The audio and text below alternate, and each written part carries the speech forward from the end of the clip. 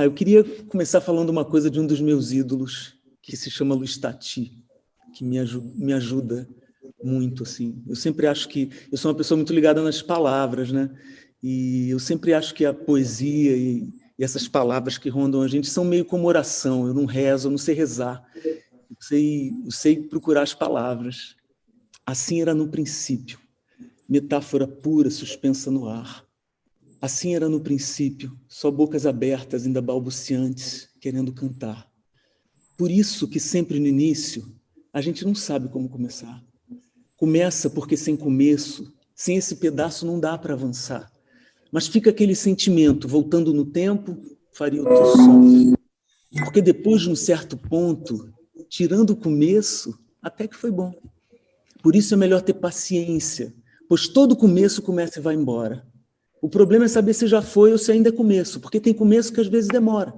Passa um bom tempo e ainda está no começo, passa mais tempo e ainda não está na hora. Tem gente que nunca saiu do começo, mas tem esperança de sair agora. Diria, sem muito rodeio, o princípio era o meio, e o meio era bom. Não. Agora, depois do começo, já estou me sentindo bem mais à vontade. O problema é saber se já foi ou se ainda é começo, porque tem começo que ainda demora. Passa mais tempo, ainda não está na hora. Passa mais tempo, ainda não foi embora. Diria sem muito rodeio, no princípio era o meio, e o meio era bom. Depois é que veio o verbo um pouco mais lerdo, que tornou tudo bem mais difícil. Criou o real, criou o fictício, criou o natural, criou o artifício, criou o final, criou o início. O início que agora deu nisso. Mas tudo tomou seu lugar depois do começo passar.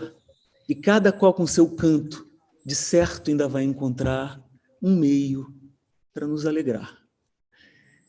Isso é uma música do Tati, chamada O Meio. Para quem não conhecia, vale super a pena. E era a primeira música do espetáculo Tô Tateando que eu fazia. E era a música que me acalmava, viu, gente? Então, super te aconselho a ouvir Luiz Tati, aquela voz de sabedoria que nos acalma. Né? E aí... né, já que, sei lá, a história... Eu só tenho uma coisa para falar sobre a minha experiência, não tem nenhuma excelência, a não ser essa. O meu caminho, que já é meio longo, é um caminho cheio de entradas, saídas e bifurcações. Comecei a cantar muito garota, e a minha vontade aqui é de falar sobre... Até conversei um pouco com a Mônica sobre isso, falar sobre esse ofício, né? E essa relação que, especialmente nesse momento do Brasil, ficou até um pouco conflituosa do artista com o seu público, né, devido ao que a gente andou passando aí na época da campanha eleitoral. Né? Mas, bem antes disso, tem umas coisas interessantes. Quando eu comecei a me tocar, né, do que era essa nossa profissão, assim, eu assistia muito Silvio Santos quando era criança, com a minha mãe e meus irmãos. E aí, uma vez, entrou uma menina dançando. Aí ela dançou, estava com um maiozinho, tem uma lembrança meio vaga. Quando acaba a dança, um jurado diz para ela assim: nossa, você dança muito bem, você devia ser cantora. Aí eu falei, ué, mas ela nem abriu a boca.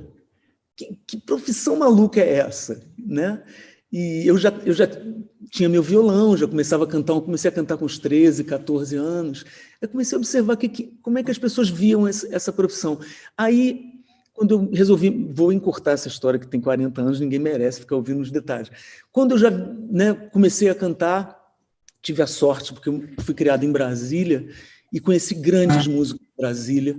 Muitos deles hoje atuam, especialmente no Rio, como Nelson Faria, por exemplo. O Nelson, ele tinha 19, eu tinha 17, uma coisa assim, e a gente cantava juntos, e quando ele foi fazer o teste para ir para o GIT em Los Angeles, eu que cantei com ele, Bonita, para ele mandar para o teste dele. Então a gente tem uma história muito, muito emotiva, assim, com vários músicos, como Jorge Helder, Marco Pereira, meu grande amor, Marco Pereira, cantei com ele, eu era muito menina, sou muito grata a esses músicos que eu tive o privilégio de conhecer em Brasília.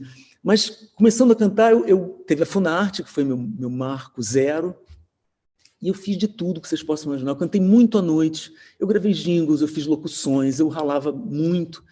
E como todos nós, né, como todo brasileiro honesto, temos que trabalhar, obviamente. Então, algumas coisas começavam a me chamar a atenção. Por exemplo, o que você faz para viver? Qual a tua profissão? Ah, eu sou cantora. Não, não, não. Eu estou falando assim, o que você faz? Não, eu sou cantora. Não, você está entendendo, falando o que você faz, assim. Eu comecei a ver, poxa, as pessoas não veem isso como uma profissão. Pelo menos naquele tempo, no meu universo ali, eu já comecei a ser um bicho estranho, né? E na minha família não tem músicos. Então, além de um bicho estranho para o mundo, eu era uma preocupação para a minha família. Essa menina, meu Deus do céu, ela vai cantar? Né? Como é que vai ser isso? Né? Aí tá, não teve jeito, comecei a cantar mesmo, vou poupar vocês de muitos detalhes. Com 18 anos eu fui para o Rio e passei lá 1 ano e pouco só. Foi um ano difícil, eu voltei para Brasília de novo. Mas nesse ano que eu fui para o Rio, também tinha uma coisa interessante. Eu cantava num lugar de terça a sábado. Tinha um cara que ia todo dia. À noite, a gente passa por muitas coisas diferentes. Ele era gentil, ele ia toda noite. Me via cantar, era voz e piano.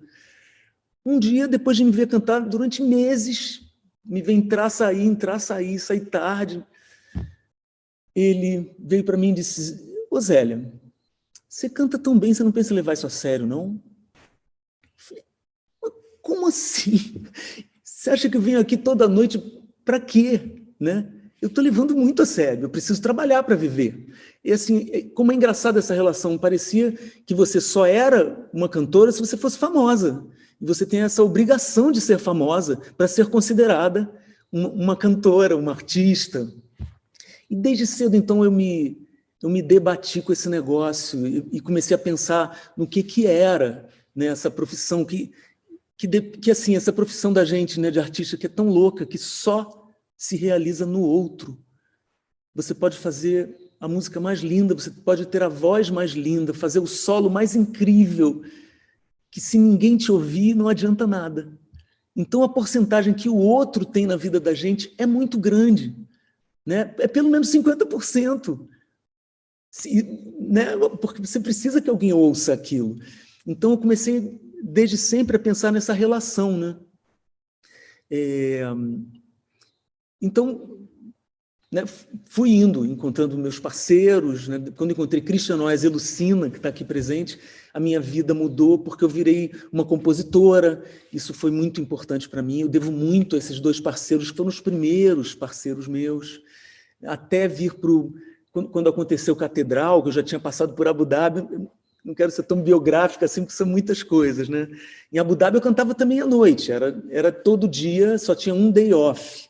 Cantava com um casal de músicos, aliás, um deles um grande músico que está morando aqui em São Paulo, chamado Marcos Teixeira. É um grande músico, veio para cá, chegou a tocar com Gal, com várias cantoras incríveis, é um grande músico. E em Abu Dhabi eu cantava toda noite, era muito louco também, porque eu era uma cantora brasileira sozinha, né? Porque eles eram um casal, eu estava sozinha. Então, isso claro, eu estava protegida pelo hotel, não corria um perigo assim, mas era uma coisa sempre engraçada, assim, né? Sempre diferente. Eu resolvi fazer uma aula de inglês lá, porque foi uma época de ouvir muita música, porque você vai morar num lugar tão diferente. Eu tinha a impressão que eu tinha morrido, estava vivendo outra encarnação, mas lembrava da anterior, de tão diferente que era para mim estar em Abu Dhabi e tal. Então, fui fazer uma aula de inglês, e eu estou falando isso só para mostrar um pouco esse negócio da gente cantar, né, de sermos mulheres cantoras, o Brasil, país das cantoras, né, afinal de contas. Então, eu chegava na minha aula de inglês 11 horas da manhã. Eu tinha cantado na noite anterior, não lembro direito se ia até meia-noite ou 1 da manhã. Cantava todo dia.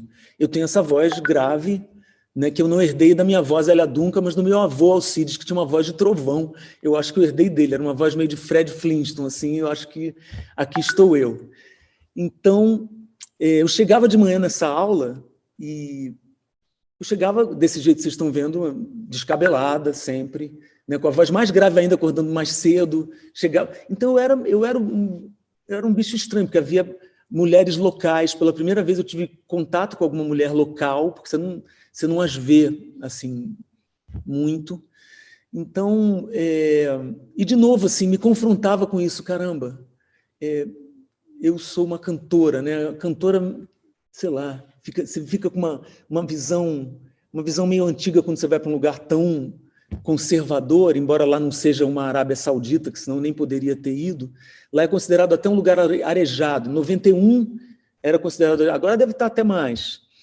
Mas para uma mulher sozinha ali, naquela situação. Então, era assim, são muitos anos, e desde muito novinha, me deparando com essas perguntas sobre o que é cantar, o que é a figura da mulher cantora, você ter que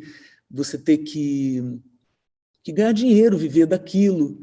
E a gente falou muito sobre isso, porque você falou da Cal, né, Eugênio? Eu fiz a Cal, e agora a Cal abriu como universidade e convidou os alunos veteranos, então eu voltei para lá e me formei no meio da pandemia, mandei meu TCC e me formei na Cal. E uma das conversas muito interessantes que a gente tinha na faculdade era sobre esse negócio do artista, dessa aura que não nos faz tão bem, essa aura da diva, né? do que é inalcançável, porque isso aí bota a gente num lugar também que fica meio assim, poxa, você vai cobrar para fazer isso? Uma coisa que você já veio, um dom que você tem, e essa palavra dom, né? Que é o que traz, eu acho, um pouco dessa mitificação, porque não dá para você, não é porque você quer cantar que você vai virar a Mônica Salmazo, não tem condições, você tem que vir com algum material, né? Não é que você quer compor e cantar, você vai vir como a Lucina. Então, eu acho que esse negócio de você precisar de um dom para abarcar esse ofício, né, criou uma aura em torno dessa profissão durante os milênios, as eras, né? Como se nós vivêssemos a um palmo do chão, como se a nossa vida tivesse sempre essa purpurina 24 horas por dia. Então, eu acho que isso, por um lado, nos faz muito mal. Isso eu comecei a pensar mais profundamente nesse tempo que a gente está. Porque, de repente, a gente está... A impressão que eu tenho é que nós, da cultura, seja qual for a posição, aliás, nós estamos sob ataque, né? Estamos numa guerra. E acho que... Fiquei pensando... Por isso tudo que eu vi até que você escreveu sobre o Zóio no Zóio ser um projeto, né? Achei engraçado você ter usado essa palavra projeto, porque... Quando começou... tem uma coisa também, tem um fato que eu queria contar para vocês rápido.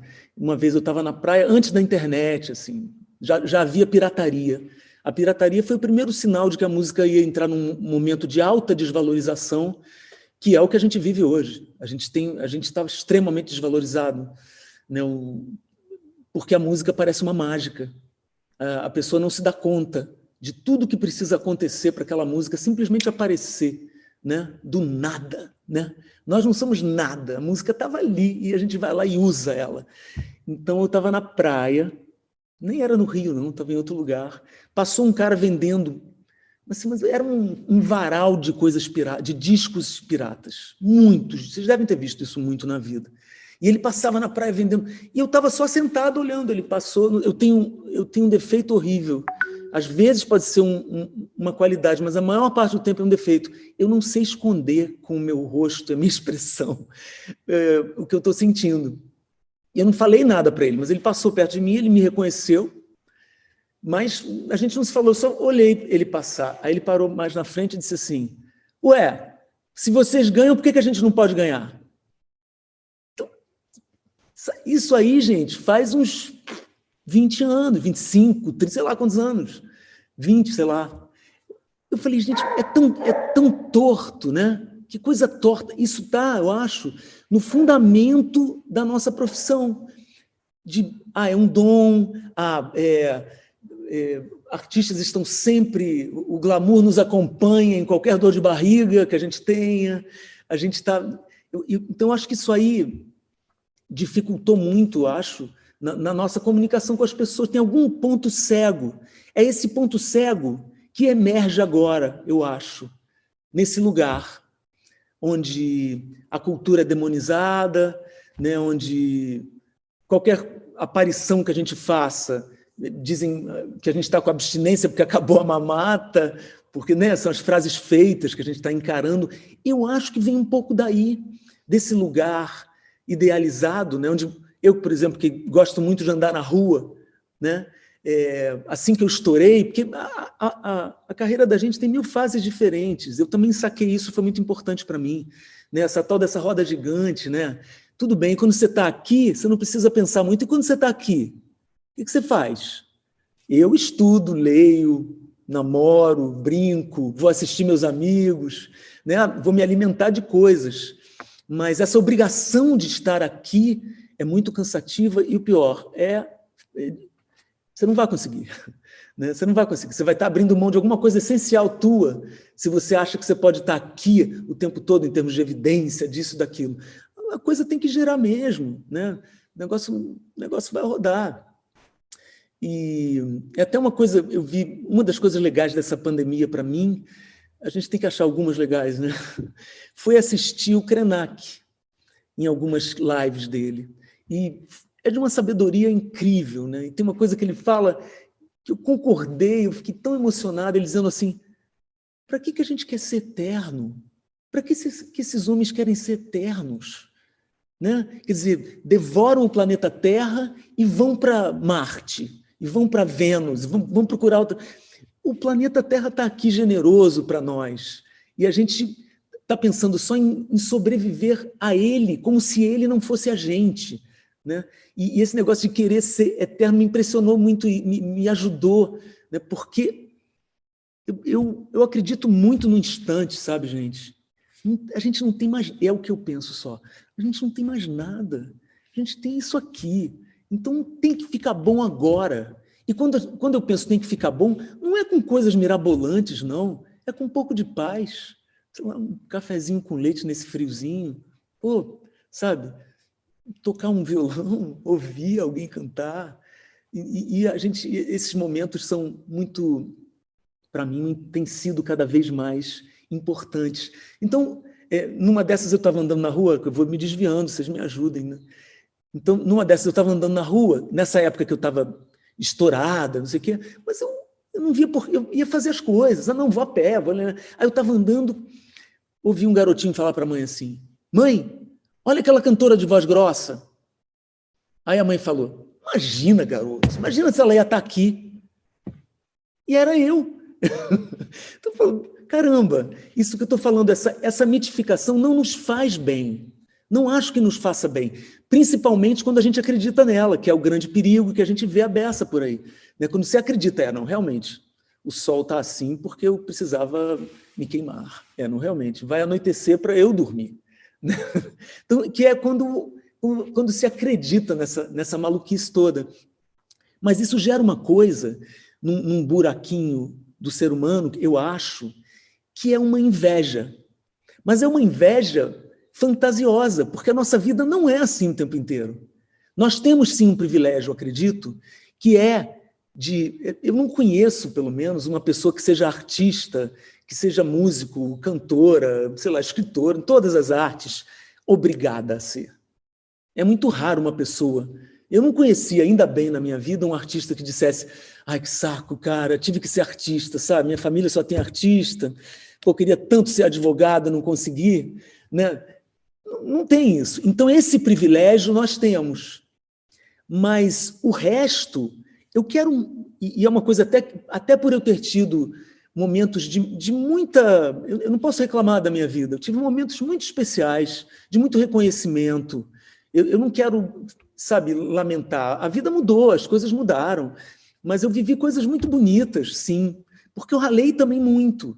Né? Então, eu não quero de jeito nenhum ser ingrata com a vida, assim. Mas eu acho que quando você volta, sabe? Volta aqui, não, volta aqui, pezinho no chão, por favor. É mais legal ainda, né? Valorizar outros momentos, outras coisas. E aí, você passa muitos anos da sua vida com as pessoas idealizando a sua vida, né? Você não anda na rua, você não entra numa farmácia, parece que você não faz nada, você obviamente faz tudo. Então, quando aparece uma chance dessas pessoas que estavam mal resolvidas em relação a você meterem o pau, elas vêm com tudo. Eu acho que é isso que a gente viveu nessa campanha eleitoral e que eu me assustei. Estou falando isso tudo para falar um pouco do zóio no zóio, porque eu vi no flyerzinho, Otávio, né, Eugênio, que vocês falaram sobre o zóio no zóio. Quero chegar lá, porque assim, foi um susto, eu acredito, para todos nós artistas, de repente sentir uma animosidade das pessoas em relação à cultura. Foi um susto. Por quê? Porque a gente nasceu, entre aspas, né? Pensando no conceito do que a gente faz, a gente nasceu para ser amado. De repente, essa sombra do ódio é apavorante. Claro que é apavorante. Bicho, claro, não é todo mundo que vai individualmente nos amar, mas a gente vai ter a nossa galerinha, né? A gente tem a nossa galera. Então, de repente, a gente se viu num lugar da gente ter que se proteger por sermos quem somos. Isso, bom, eu já encarei isso a minha vida inteira, porque sou da comunidade LGBTQIA+, e isso já é uma... Quer dizer, primeiro, nascemos mulheres. Nascer mulher é nascer em perigo. Né? Eu ainda nasci com essa característica de minoria. E ainda fui cantar. Né? Então, assim, é muito repertório para dar conta, né, gente? Então, de repente, eu até interessante porque eu pensei nos meus colegas, por um segundo eu pensei assim, nossa, está todo mundo experimentando o que é ser um pouco odiado. Que louco isso. Eu experimento isso como uma mulher homossexual, eu já experimento isso. Agora todos nós estamos experimentando isso um pouco. Nós artistas, nós progressistas, nós que queremos o lado humano do ser, né? Então, é ruim, né, gente? É bem ruim. E aí eu comecei a pensar, o que aconteceu, assim, onde é que eu contribuí para isso? Porque certamente eu contribuí.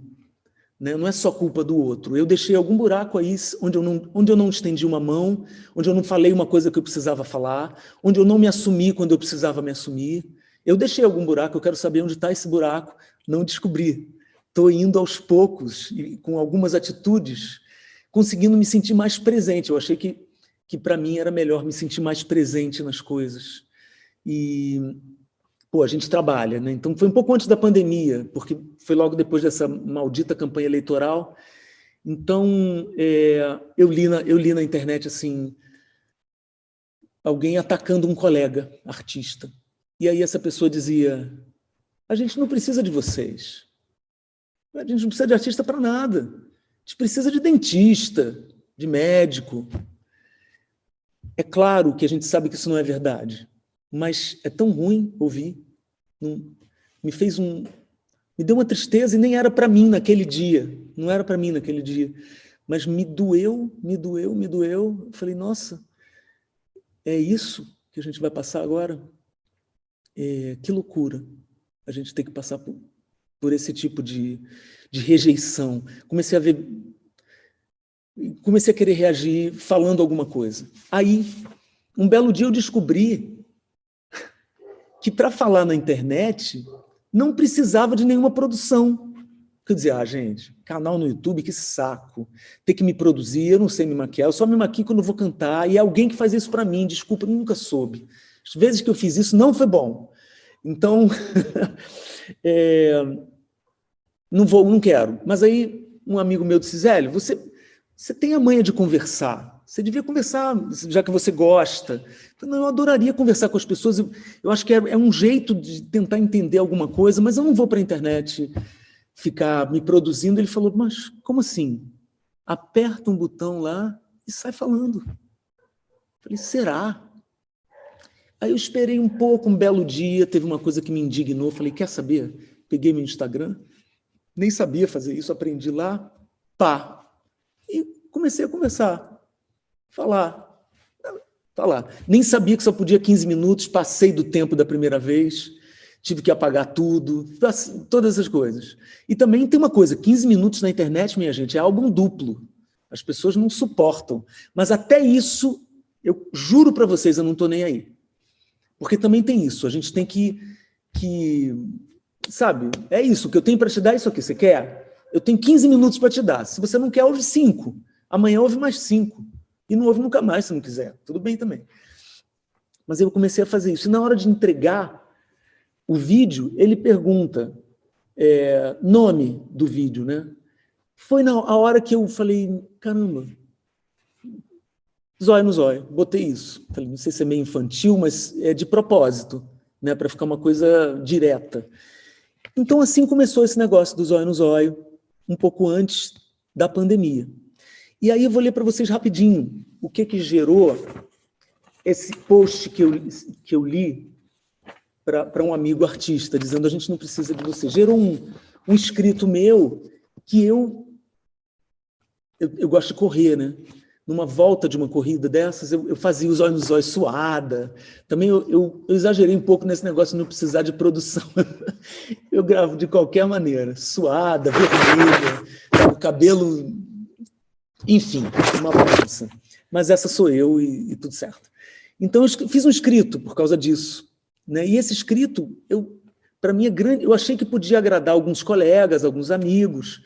Para minha grandíssima surpresa, viralizou. Eu não sabia o que era viralizar até então. Agora eu sei que só viraliza quando você não quer, tá, gente? Quando você não liga. No sentido de que, quando não é intencionalmente, aí você tem grande chance, né? E eu nunca quis viralizar, não sabia o que era. Então eu fiz, e eu descobri que muita gente concordava com isso. Aí me deu um certo alívio, eu falei, as pessoas estão aí. Então é legal a gente conversar com elas. Porque depois desse escrito, sei lá, eu lembro que uns dias depois desse escrito, sei lá, a internet é muito rápida, né? E assim como vem, vai, né?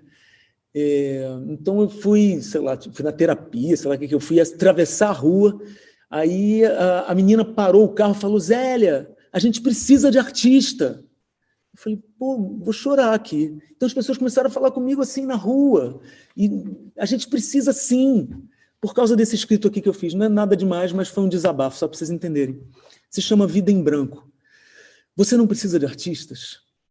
Então me devolve os momentos bons, os versos roubados de nós, as cores do seu caminho.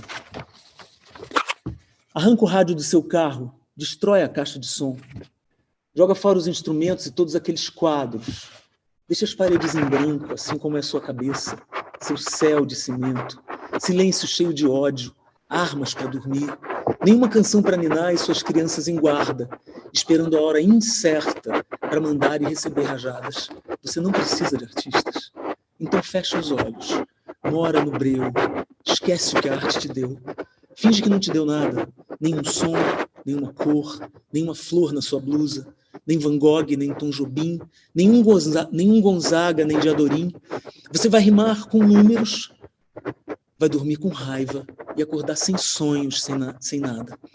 E esse peito vazio, e esse vazio no seu peito não tem refrão para dar jeito, não tem balé para bailar. Você não precisa de artistas. Então, nos perca de vista. Então, nos deixe de fora desse seu mundo perverso, sem verso, sem graça, sem alma. Seu escrito. E, por causa disso, sei lá, viralizou, eu com aquela minha roupa de atleta amadora tardia, e foi uma coisa maluca, porque no dia seguinte eu viajei para a Bahia, que eu tinha um show, e quando eu abri meu celular, estava uma maluquice, assim. Eu falei, que coisa, eu achei que só nós íamos, talvez, era um consolo para a gente. E, de repente, o público veio, sabe? Quando esse público veio desse jeito, me fortaleceu para continuar com os vídeos. E aí eu fui indo assim, fui caindo um pouco mais na rede, não é uma... Aí depois eu fiz 2 vídeos onde eu falava com a Regina Duarte, que acabou, sei lá, teve um deles que também viralizou, onde eu botava as músicas para ela ouvir, dizia, isso aqui é Aldir Blanc, fez muito mal para você não ouvir Aldir Blanc, Regina. Ouve, Regina. Então, eu fui achando esse jeito de de falar com as pessoas e, claro, bloquear o que é impermeavelmente ignorante. Eu tento conversar com quem tem uma fagulha de dúvida, eu tento conversar um pouco, mas também rolaram coisas divertidas, tipo um amigo me ligar e dizer: por favor, não para seus vídeos que eu estou mostrando para minha mãe é uma bolsominion, ela está gostando de te ver. Então, essas coisas que foram me dando um pouco de força, e eu comecei a entender a importância desse negócio essa frase que você pegou, Eugênio, que era o quê? Agir de acordo... Como é que é? Aprendi o peso de dizer o que eu pensava. E aprendi o peso de dizer o que eu pensava e de agir como eu pensava, que é mais difícil ainda, né? E aí, por isso eu fui mudando, acho que na frente de todo mundo. Assim, eu fui assumindo as lutas, não só a minha própria, eu assumi com muita força, a força que eu posso, cheia de falhas ainda, porque a gente tem muito que aprender da luta antirracista, né? Que é uma luta que tem que ser a primeira luta do Brasil. Entendi isso, comecei a ler mais, comecei a me informar melhor, comecei a seguir muitas pessoas pretas, eu sigo muitas pessoas trans, eu sigo indígenas, porque eu comecei a dizer, eu preciso ouvir o que essas pessoas estão dizendo, porque eu entendi esse negócio na rede, errando, falando, esse negócio de ser sujeito da sua história, como fala tanto a Grada Quilomba, né, de você ser o protagonista, coisas que ficaram até surradas, que eu fui entender na rede. Até o meu próprio orgulho eu fui entender na rede. Né? Por que se fala tanto em orgulho? O que é o gay pride? O que são essas coisas?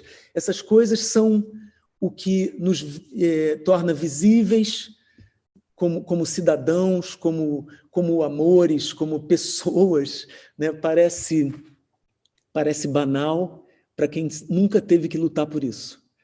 Mas não é nem um pouco banal para quem tem que lutar por isso todo dia.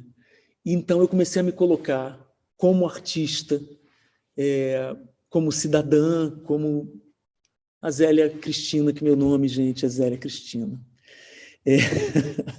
Então, a Zélia Cristina Duncan, né, que eu botei o Duncan da minha avó depois, Zélia Cristina Duncan Gonçalves Moreira, um nome enorme. Eu comecei a ver que eu tinha que fazer jus às coisas que eu estava dizendo, e isso dá muito trabalho. Né? Tentar ser coerente. Quando você está falando... E outra coisa, eu durante 2 anos escrevi uma coluna para o Globo, e ali eu aprendi muita coisa interessante. Aprendi, por exemplo, uma coisa que eu não queria e não quero nunca na minha vida, é dar a entender que eu sei das coisas. Eu estou aprendendo, eu estou dando com os burros na água, eu estou, né, nesse levanta, cai, que é a vida. Né? Então, quando eu ia escrever, eu tinha muito medo, porque escrever é um negócio que pode ser muito potente, né? muito lindo, eu amo esse negócio. Então tinha muita preocupação em não parecer que eu sabia alguma coisa, eu estava sempre tentando pensar junto com as pessoas. E eu trouxe isso para o Zóio no Zóio, eu acho, que é então sempre que eu falo alguma coisa, eu falo, eu acho que, talvez, não sei o quê, que vocês acham de... Senão você cai de novo nessa esparrela de parecer que você sabe muito, né, e isso é muito perigoso, até para você mesma sustentar suas ideias. Então, eu estou no meio disso aí, eu fui entendendo um pouquinho a internet. Eu frequento muito o Twitter, por exemplo, que é uma terra de ninguém, às vezes, é um lugar que pode ser muito hostil, mas eu me informo lá, conheci gente bacana, acho que eu bloqueio mais gente do que tem gente me seguindo, mas tudo bem, está valendo, porque eu continuo aprendendo coisas por lá. E, sei lá, e até para falar de música, eu não coloco a música... Sei lá, eu tenho um pouco às vezes, pudor até de me promover. O jeito que eu me promovo na rede, eu penso muito sobre isso, boto muito o dedo na ferida, eu vi que o Zóio no Zóio era legal, que as pessoas chegavam, mas eu não faço isso toda semana, nem de 15 em 15 dias, eu só faço quando eu quero. Eu tenho um assunto, eu boto ele na cabeça e vou falando, às vezes o assunto muda, eu não tenho uma coisa programada, eu estou acreditando na espontaneidade. Acabei de fazer esse álbum agora, o Pele Espírito, gravei as minhas próprias vozes, isso para mim foi muito novo, muito solitário, mas ao mesmo tempo muito, muito forte para mim, porque tive uns problemas de saúde ano passado, que não foram Covid, mas foram muito difíceis para mim, então eu me curei fazendo isso, fazendo esse álbum, escrevendo. Eu tenho escrito muito, fiz parceria com um monte de gente, especialmente com o Juliano Holanda, esse artista incrível, que é um poeta também e um músico, produtor. Então, o refrão do Pele Espírito fala: tô em casa, tô na causa, tô sem nada, longe de tudo e sem tirar os olhos do mundo. É meio isso que eu estou tentando fazer, sabe, gente? E, ao mesmo tempo, tentando equacionar também, porque a gente precisa da nossa privacidade, da nossa alegria fora das redes, e a internet consome a gente, né? Eu percebi isso quando, sei lá, quando você tá no celular, quando, de repente passaram 2 horas, você não viu. Eu acho isso super perigoso, sabe? E é engraçado porque hoje em dia as pessoas me tratam como alguém da rede, né? Eu acho muito engraçado, porque eu não tinha essa intenção assim, né? Alguém, sei lá, qualquer coisa que eu vá fazer eu não tenho saído quase nunca, mas tem sempre alguém que vem falar por causa da rede, né? Eu falei, bom, vai chegar o dia que eu vou ter que lembrar as pessoas que eu canto, né? O que eu queria te contar é o seguinte: eu senti o tempo todo que você estava falando para mim. Quando falava que a gente não pode enxergar as cantoras como alguém que vive a um palmo do chão, como eu enxergo e ninguém vai me convencer do contrário, parecia que você estava falando para mim, para eu não ficar nervoso, dialogava muito de perto com as apreensões e as curiosidades, as inquietações que eu trago, e é uma capacidade de falar de perto, de falar com todo mundo e falar com cada um. Eu acho isso tão encantador. Eu enxergo assim uma ativista, né? Alguém que quer incidir no debate público. E você falou do preconceito racial no Brasil, essa coisa, essa chaga horrorosa. E aí vai a pergunta: o que é para você o mais grave, o mais urgente, o que não dá mais para respirar se não resolver? O que é que te acende mais e que te impele mais para a ação pública, como vem acontecendo com você? Qual é a grande questão? Eu tenho um lugar, tem um lugarzinho ali, um tamaninho ali, né? Eu sou uma formiguinha, mas como eu poderia contribuir, como eu até falei no começo, eu acho que a gente chegou nessa situação de impermeabilidade, né? Parecia que a gente não consegue. Você fala e nada acontece, essa falta de ponte, né? Eu comecei a querer achar essas pontes entre as pessoas, e nós, como artistas, vivemos nesse vai-vem dessa ponte, né? Como a gente. Mas isso aí também, tá, Eugênio? Eu acho que é uma questão de temperamento, né? De querer botar a cara e estar na luta. Mas eu acho engraçado isso porque, quando eu era garota, eu via umas pessoas fazendo isso e elas pareciam loucas, né? Dizer, nossa, gente, que disposição dessa gente que vai para a rua fazer isso. Essa pessoa está aí. Por exemplo, existiu uma ativista muito importante que foi a Vange Leonel, escritora, uma mulher, nossa, e ela se expunha, se expunha, se expunha. E eu era muito nova, eu mesmo muito preconceituosa, né? Eu dizia, nossa, por que ela faz isso? Né? Enquanto a minha geração é uma geração reprimida, eu acho, nesse aspecto. A gente se escondia, a gente estava mais dentro do armário. Eu nasci em 64, olha só. Então, a gente estava, né, mais na moita, e, de repente, essas pessoas que apareciam assim.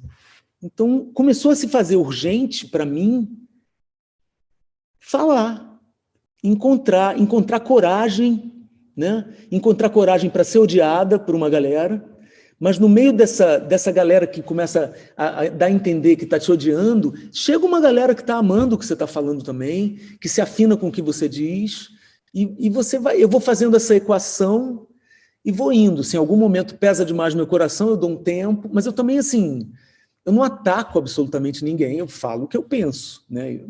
Chegando aqui no que você anotou. Eu tento falar, lógico, o que eu penso.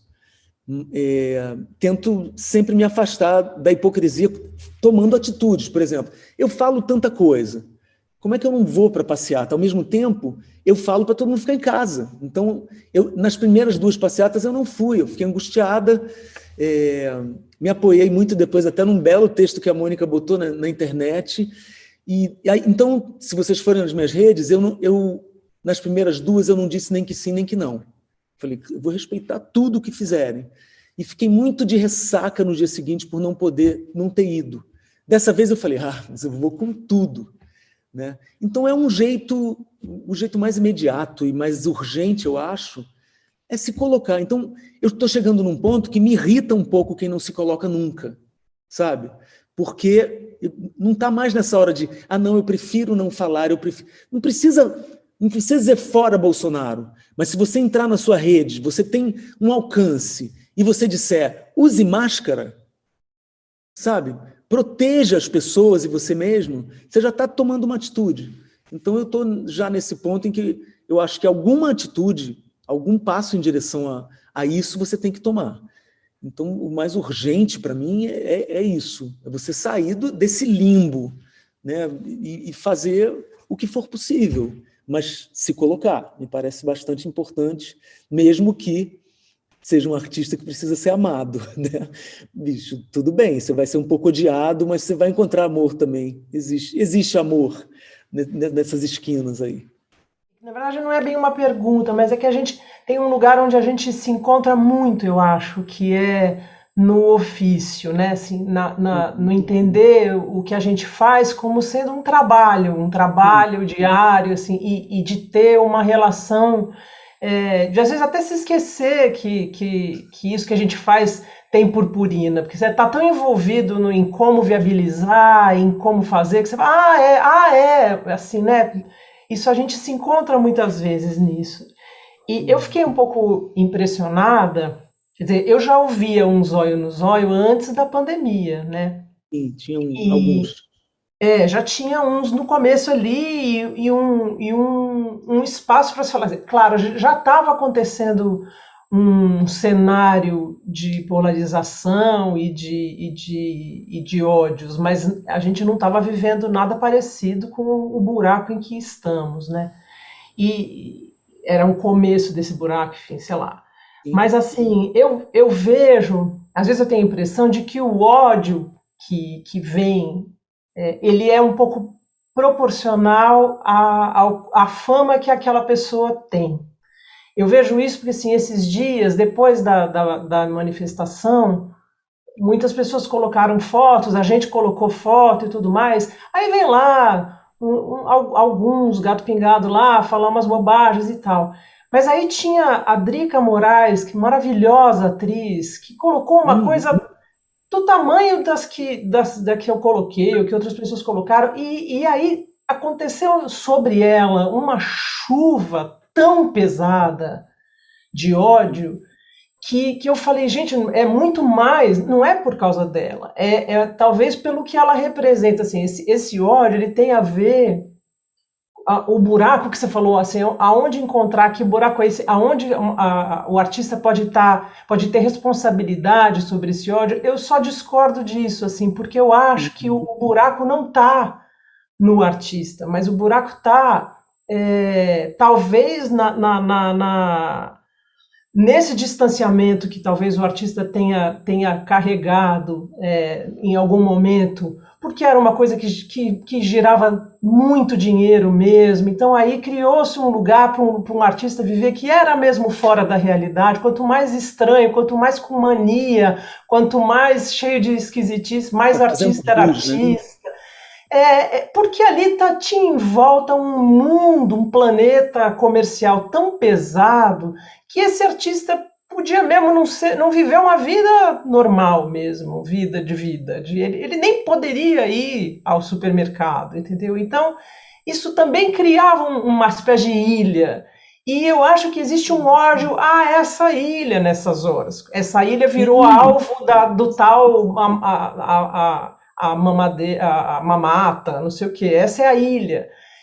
Que, ao mesmo tempo, é a ilha da adoração, porque existe também nessa distância a adoração de ser o que você não é. Puxa, esse cara da televisão, ele é o que eu não sou, a vida dele é o que a minha vidinha não é. Então, existe junto também um jogo duplo de desvalorização da vida comum, valorização da vida inventada e desvalorização da vida comum, né? Eu acho que esses lugares, esses são os buracos. Não é um buraco em qualquer tipo de atitude. Eu acho que eu nunca vi. A Drica Moraes é uma pessoa incapaz de qualquer atitude. Não é?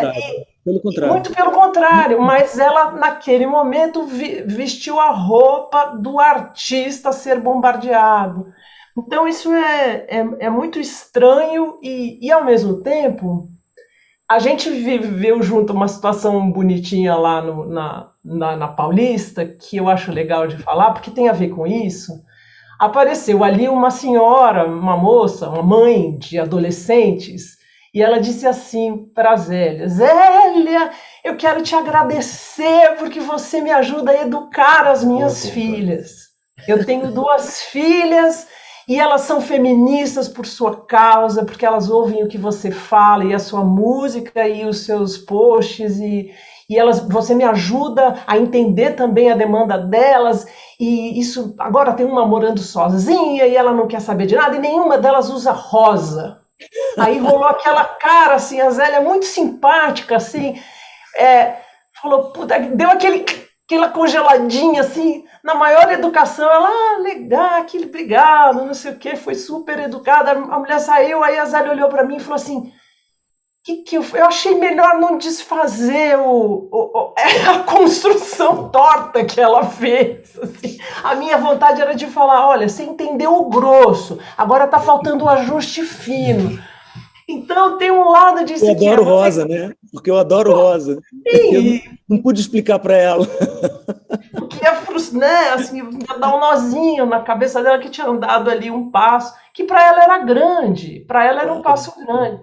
Então, assim, quer dizer, você criou um canal muito, muito importante, eu acho muito importante, de abertura para pessoas muito diferentes dos nossos pares, né? E mesmo assim, quer dizer, isso também tem graus diferentes de compreensão. Sim, e aí você ainda tem mais esse serviço de fazer ajuste fino depois, cada vez que você encontra. Abstração às vezes passa longe, né? E a gente fica naquele óbvio ali. Isso, não é, na verdade isso não é uma pergunta, mas eu estou pontuando só uma coisa que você foi falando e eu fiquei pensando. Mas eu acho que a gente pensa igual até nisso também, vizinha, porque eu não acho que é a gente que gera esse ódio. Eu acho que está nesses vãos das pessoas, onde a frustração pela própria vida bate num nervo, às vezes, e quando está nesse momento de extrema ignorância, onde isso é incitado, vira essa coisa, esse amor vira ódio rapidamente. Diz, eu amava essa pessoa, ela tinha tudo que eu não queria, agora eu estou autorizado a odiá-la. Te odeio.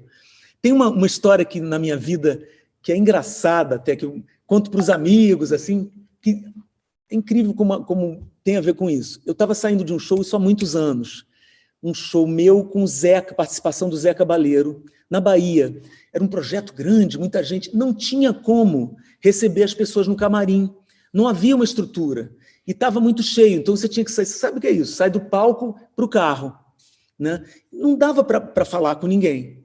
Aí a gente foi saindo, ele foi para um lado, não sei se a gente estava junto, foi para um lado, eu fui para o outro. Aí eu estava saindo, a menina lá do outro lado dizia assim, Zélia, te amo.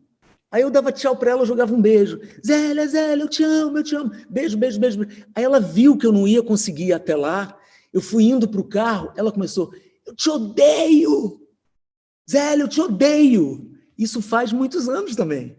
Aí eu lembro que eu parei, né? Olhei para ela e falei assim, você me ama ou me odeia? E entrei no carro que eu não quis ouvir a resposta. Né, mas foi assim, papum, sabe? Quando ela viu que eu ia entrar no carro, é engraçado como isso pode ser um retrato um pouco do que a gente está vivendo, né? Eu te amo, te amo, te amo, te odeio, com a mesma facilidade. Ela disse que me odiava. Então, a gente está sempre nessa corda bamba. E o nosso desafio é não querer manter só o amor, né? Manter o que a gente quer fazer, o que a gente precisa fazer com o que a gente tem. É um grande desafio. Tanto na sua música, quanto nos momentos que você vai no Zói, o que eu escuto é uma palavra autêntica. E a minha intuição, mas eu queria ouvir de você, é que talvez a melhor forma de responder a esse ódio, de enfrentar esse ódio que a gente vive, não é a disputa do ódio, da mentira, mas a da autenticidade. E não sei se isso faz sentido, eu queria ouvir você.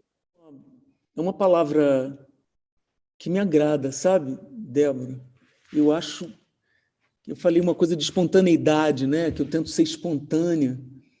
E eu adoraria estar sendo autêntica também. Eu acho que quando a gente tenta fazer as palavras corresponderem às atitudes, a gente está fazendo isso. E acho que só o que, na verdade, sei lá, te dá esse carimbo da autenticidade é o seu caminho, é o seu rastro.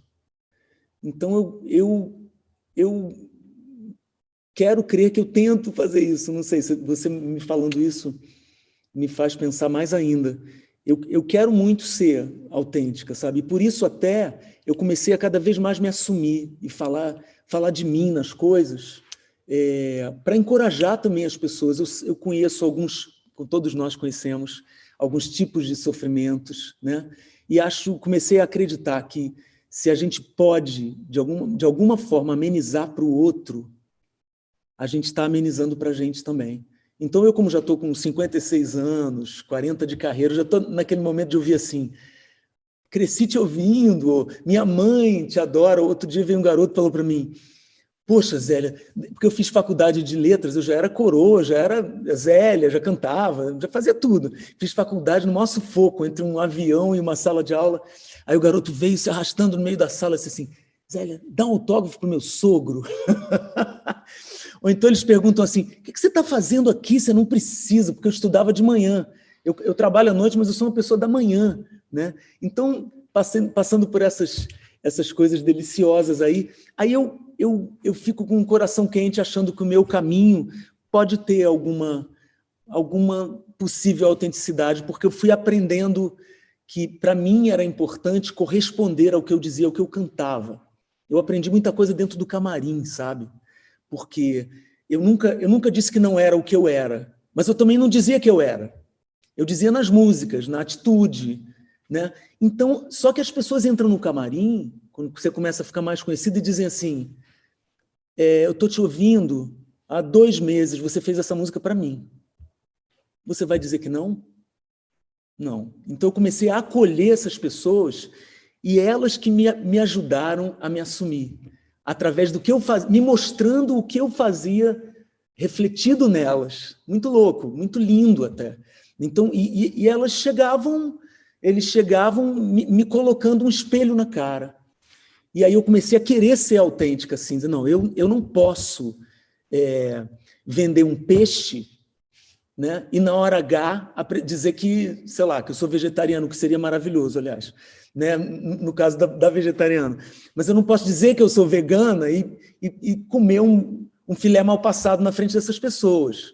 Então eu comecei a, mais ainda, ter responsabilidade com as coisas que eu cantava e a reafirmar o que antes, eu até um pouco inconscientemente, eu fazia. Eu tenho uma música chamada Bom Pra Você, e hoje eu fiz criança, e ela é uma música que parece um jingle até, porque ela fala, faça o que é bom, sinta o que é bom, pense o que é bom para você. Um dia você me conta, um dia você apronta um resumo do suprassumo do seu prazer. Então, eu estava dizendo para mim, claro, também. Mas aí elas entram lá e dizem, você me disse para fazer o que é bom, eu estou fazendo. Então, eu fui nessa, tentando tentando ser autêntica com o que eu estava dizendo. Acho que, não sei se eu te respondi, mas é meio isso. Super obrigado por tudo que você faz, por que você tem feito, e como paulista, por tudo aquilo que você fez por Itamar Assunção e Luiz Tati, né? Que é uma coisa muito preciosa, né? Na minha Você vida lançar são dois... tanta luz sobre a luz deles, né? E fazer dessa conversa uma conversa assim nacional para tanta gente.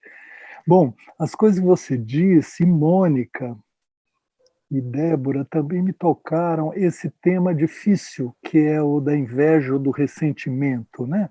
E da ambivalência da figura do artista, né? Então, o artista é uma figura dúbia por natureza, porque ele toca na doença social, ele toca na ferida, né? Ele toca ali onde não era para tocar, mas, ao mesmo tempo, quando ele faz isso e ele toca as outras pessoas, ele trabalha, né?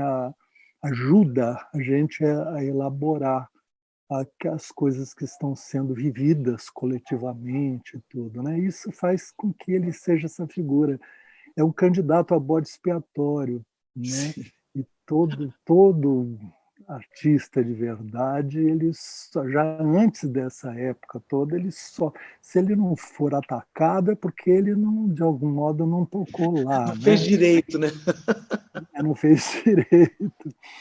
Isso, mas é atacado de uma maneira ao mesmo tempo assim, encantada, deslumbrada, amorosa, que é essa mistura de eu te amo, eu te odeio, se você não corresponder a mim, tudo isso que são desvãos aí muito difíceis. Então, eu quero só pontuar isto e falar alguma coisa que faça parte dessa nossa conversa aqui o mais rápido possível, mas eu aprendi lá no curso de letras, nosso curso de letras, né, que isso se chama fármacos, né, o bode expiatório, que é da mesma origem da palavra fármaco, que é o veneno remédio, é a droga que pode matar e salva, né? Então, eu acho que essas coisas vêm à tona num período difícil que a gente vive, que as coisas que você contou, que são um tempo de praga emocional, de peste emocional, que é um termo de Reich, né? O Reich definia assim na verdade, esse ressentimento diante daqueles que gozam, né? Que gozam a vida.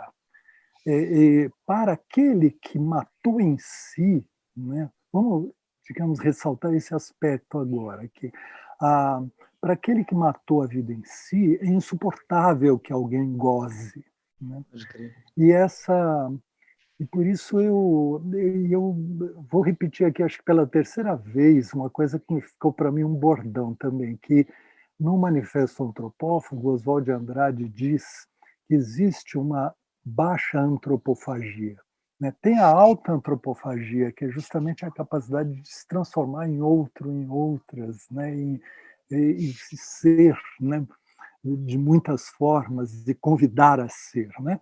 E a baixa antropofagia, ele diz, se condensa em 4 palavras: inveja, usura, calúnia e assassinato.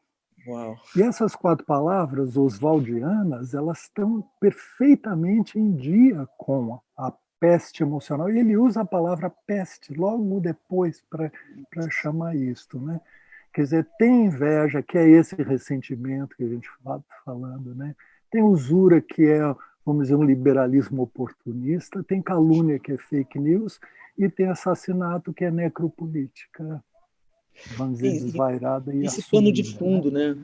A inveja é esse pano de fundo do ódio, né, Zé? Exato. É ela que está lá, a inveja, né? Ela que tá lá. Exato. A inveja é a menos tratada dessas questões, a mais difícil, né? Pode crer. Digamos.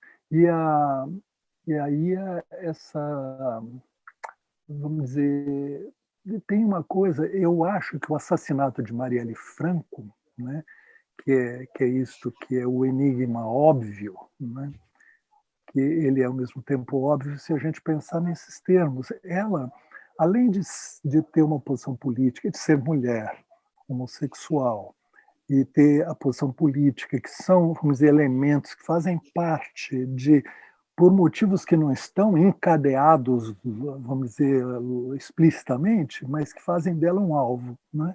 Mas eu acho que acrescenta isso de ser bela e gozando a vida, né? Eu acho que nesse assassinato existe praga emocional. Para ficar completo, a gente tem que entender, né, que esses motivos políticos estão ligados a essas, vamos dizer, esses membros ciníticos do desejo ao contrário, né? Então, em suma, é por isso que aqui no jogo aí e artistas, por vários motivos, e a Mônica apontou muito bem também, mas em suma, essas coisas que eu queria trazer para você falar um pouco sobre isso. É tão óbvio isso, né? A Marielle, ela tinha uma cara de beleza, né? Tinha uma cara de quem ia conquistar o mundo, né? E eu tive a honra de ser eleitora dela. Falei até para a Mônica quando a gente foi na passeata, e eu encontrei com ela a primeira vez numa livraria, no lançamento de um livro da Márcia Tiburi, até foi rápido. Falei, nossa, que bacana, votei em vocês. Tudo bem. Aí eu comecei a frequentar as passeatas por causa, né, também dessa maluquice toda. Eu falei, preciso ir para a rua, o que eu vou fazer? Então, a passeata no Dia Internacional da Mulher, que, aliás, gente, quem nunca foi, a coisa mais linda do mundo, as mulheres de todos os tipos e naturezas e idades. Tem uma corda que protege as mulheres que estão com seus filhos. Tem umas que vão com pernas de pau, com os peitos de fora. Tem as vovós. É uma maravilha, assim. É uma coisa muito forte, muito bonita. E eu encontrei Marielle, estava indo para a passeata, encontrei com ela numa esquina. E ela abriu aquele sorriso para mim, a gente deu um abraço. Assim, ela falou, nossa, que bacana você aqui. Aí eu fiquei com orgulho de mim, sabe? Eu falei, puta, eu tinha que ter vindo, que bom que eu vim. Que legal, encontrei a Marielle. Então, a Marielle simbolicamente é uma morte de todas nós, sabe? Uma morte que, na verdade, resultou num monte de sementes, né? O que elas falam, o que a gente fala é verdade. A coisa ficou muito mais forte, porque é insuportável a Marielle não estar aqui. Então, o jeito da gente se vingar é a gente ir para a rua mais, é a gente, né, se empoderar ainda mais. As mulheres negras, eu acho que elas são a própria revolução, elas estão com a palavra, elas estão com a atitude, e ela simbolizava isso tudo. E até para defender a Marielle, a gente sofreu, né, Zé? Muito... Nossa, o que a gente passou, sei lá, por falar qualquer coisa da Marielle, é uma vergonha, é uma vergonha. Nós fomos muito atacados por tentarmos...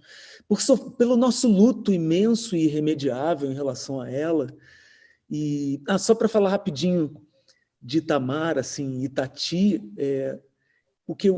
todo o meu movimento é de gratidão, sabe, em relação a esses autores, né, que povoam a minha vida musical, a minha vida das palavras, da paixão pelos ritmos das palavras. Então, eu faço isso e fiz a vida inteira.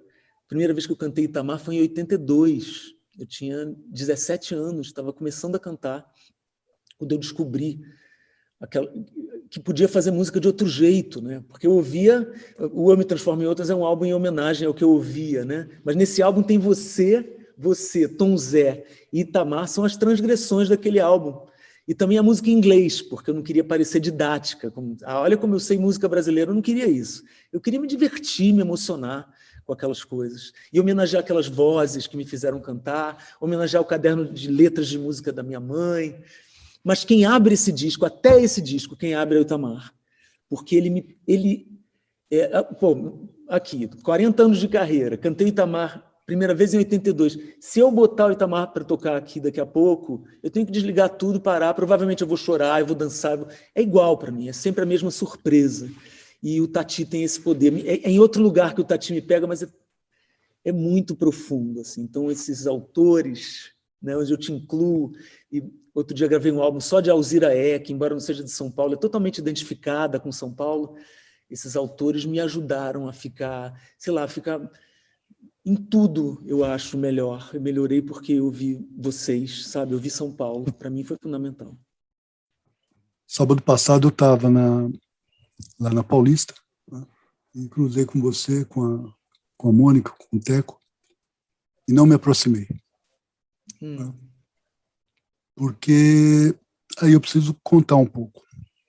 Eu nasci pouco depois de você, eu sou de 65, e tivemos a sorte de crescer na década de 70. Melhor música do mundo, a brasileira, mas também não só brasileira. Não tinha livros em casa, né? Minha família é uma família muito humilde, não tinha livros em casa. Então, o que me formou? Foi a música. Então, a música, para mim, ela tem um lugar especial. Eu já falei várias vezes aqui, várias vezes. Já tive aí onde você está, falando para todo mundo, mas em nenhum outro momento minha boca ficou tão seca quanto hoje para falar com você. Talvez um outro momento, quando o Zé Miguel Vizic falou. Porque a música está em outro lugar. Tem essa aura. E a minha disposição era dizer para você, eu não sou digno de que entreis em minha morada, mas dizeis uma palavra que serei salvo. Né? E quando você falou, olha, não tem essa aura, de certa forma eu entrei nessa história toda. E olha, as pessoas que estão aqui, alucina, meu Deus. Né? E o Nelson Aires, o Teco Cardoso e a Mônica. O Nietzsche dizia que nós precisamos da arte para não morrer de verdade. E é verdade. Né? Então, veja, uma coisa que me encanta em você são essas, além da cantora que você é, da extraordinária cantora que você é, e eu tenho adoração, sobretudo, por cantoras, né? Mas são essas descobertas que você vai fazer. Claro, né? O Zé Miguel tinha que me atropelar, ele tinha que falar do Luiz Tati, do Itamar primeiro do que eu. Né? Que, claro, o Itamar, o que é o Itamar? O que é o Luiz Tati? O que foi o Grupo Rumo? O que foi depois a obra do Luiz Tati, depois disso, a parceria do Luiz Tati com o Zé Miguel, essas descobertas todas. Né? E aí eu fico imaginando que a Zélia já gravou Itamar, já gravou Luiz Tati, falou agora do Tom Zé, e os outros gênios que precisam ser resgatados. O Luiz Melodia, o Aldir Blanc, que você mencionou agora há pouco, o Jardim Macalé, né?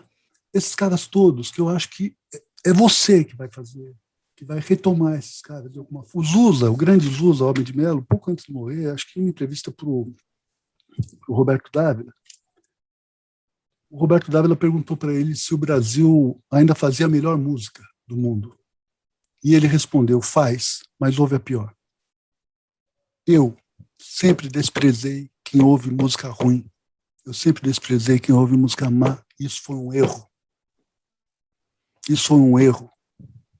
Nós não compreendemos, nós nos afastamos. Nós criamos uma aura. E, de certa forma, a gente estabeleceu uma sociedade meritocrática no campo da arte também. Aqueles que fazem a grande arte e que têm todos os méritos, e os que não fazem. E aí, o mesmo efeito que o mercado estabeleceu nas pessoas, de que quem tem mérito é o vencedor, é o winner, quem não tem mérito é o loser, é o perdedor. E aí nós humilhamos quem não gosta de música boa. Nós humilhamos quem não gosta de música boa. E agora a gente está tomando troco nessa quadra da história, do mundo que nós vivemos. Que lindo te ouvir, obrigada. A gente existe na medida em que alguém nos ouve, né? E a música tem essa propriedade, sim. A música é portátil, a música te invade pronto, né? Invade, arde, queima e encoraja, como diz a música, e não tem jeito. Então, quando eu fico muito comovida com os ouvintes, sabe? Assim, que mergulham no que ouvem. Eu concordo com o que você falou nesse perigo da gente definir o que é bom, o que é ruim, de uma maneira que fique até artificial, né? Da gente dividir assim. Mas como é bom encontrar quem sabe de onde a gente veio e o que a gente anda fazendo. Isso que eu estou num momento de balanço com esses 40 anos de carreira, um número redondo, né? Eu estou comemorando com algo inédito, mas é muito bom saber que a gente já se conhecia antes de alguma maneira. Obrigada, Carlos. Muito obrigado. não é só, né, os artistas, as pessoas que são desse mundo da cultura, que estão sentindo isso que você está sentindo e que querem fazer um zoio no zoio, como você faz, mas também os professores, os cientistas, né, os intelectuais. Eu sou professora universitária, sempre dei aula, eu dou aula de filosofia, mas eu também dou aula de matemática. Assim, quando eu podia imaginar que professores de matemática, que cientistas estariam na Berlinda como estão hoje, né? Então, não é assim, eu acho que isso não é só a purpurina, eu acho que vocês também talvez estejam se culpabilizando um pouco nesse sentido, porque não é só a purpurina, professor de matemática não tem purpurina nenhuma, e está na Berlinda, e está apanhando igual, entendeu? E esse fenômeno é mais amplo, sabe? Eu acho que tem a ver com uma disputa mesmo que está acontecendo na nossa sociedade, e eu não sei se é, talvez, né, algo um pouco otimista demais da minha parte, mas eu tenho uma frase assim, eu costumo dizer que piorou porque melhorou, sabe? Eu vejo que, por outro lado, a gente está chegando em mais gente. Houve alguma coisa aí que se processou na última década, digamos assim, e que o pensamento, a cultura, a universidade, a ciência, a gente está chegando em mais gente, e isso incomoda mais, um pouco como o Zé Miguel falou, claro que tem uma reação a isso, que é uma reação conservadora, porque isso também foi um movimento de democratização do conhecimento, do saber, da cultura, da ciência, ainda mínimo, ainda muito insuficiente, mas numa sociedade tão desigual quanto a nossa, e tão desigual nessa área especificamente, é claro que isso faz diferença, isso tem reação. E isso, eu tenho visto muito isso em relação à universidade, inclusive, e isso desestrutura as famílias. A gente está tendo uma reação familiar conservadora contra os próprios filhos que entraram na universidade e saíram do armário em todos os sentidos, e que bom! Mas é claro que isso desestrutura as famílias. Quando eles dizem que esses jovens, né, adolescentes ou jovens, vão para a universidade e se libertam, não tanto, né, não a caricatura que eles colocam, mas que há um movimento de libertação aí, gente.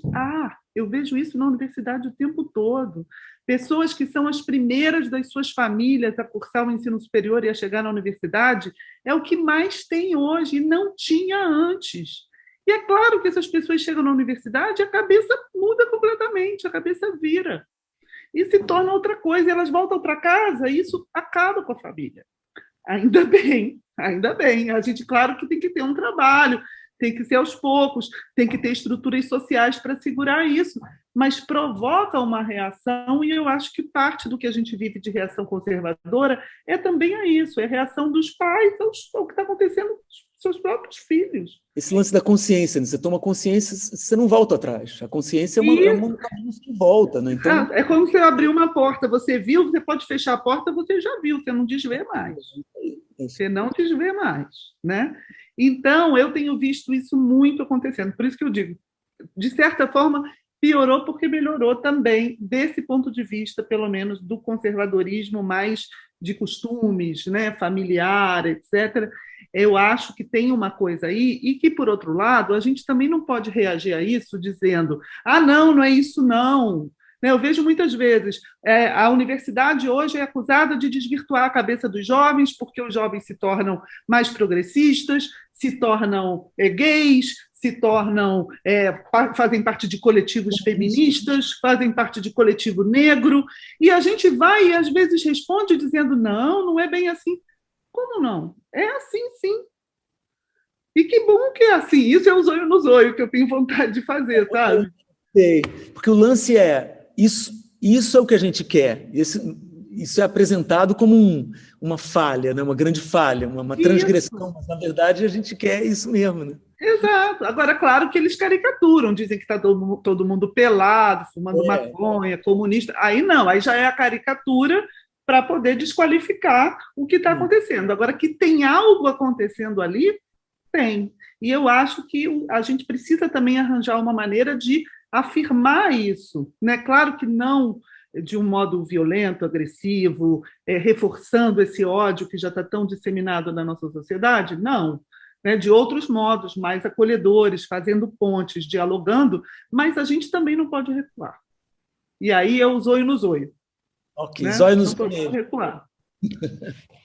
Estava pensando sobre o que você disse e acho que existe sim, sabe, um grau de eternidade, um grau do eterno nessa história toda.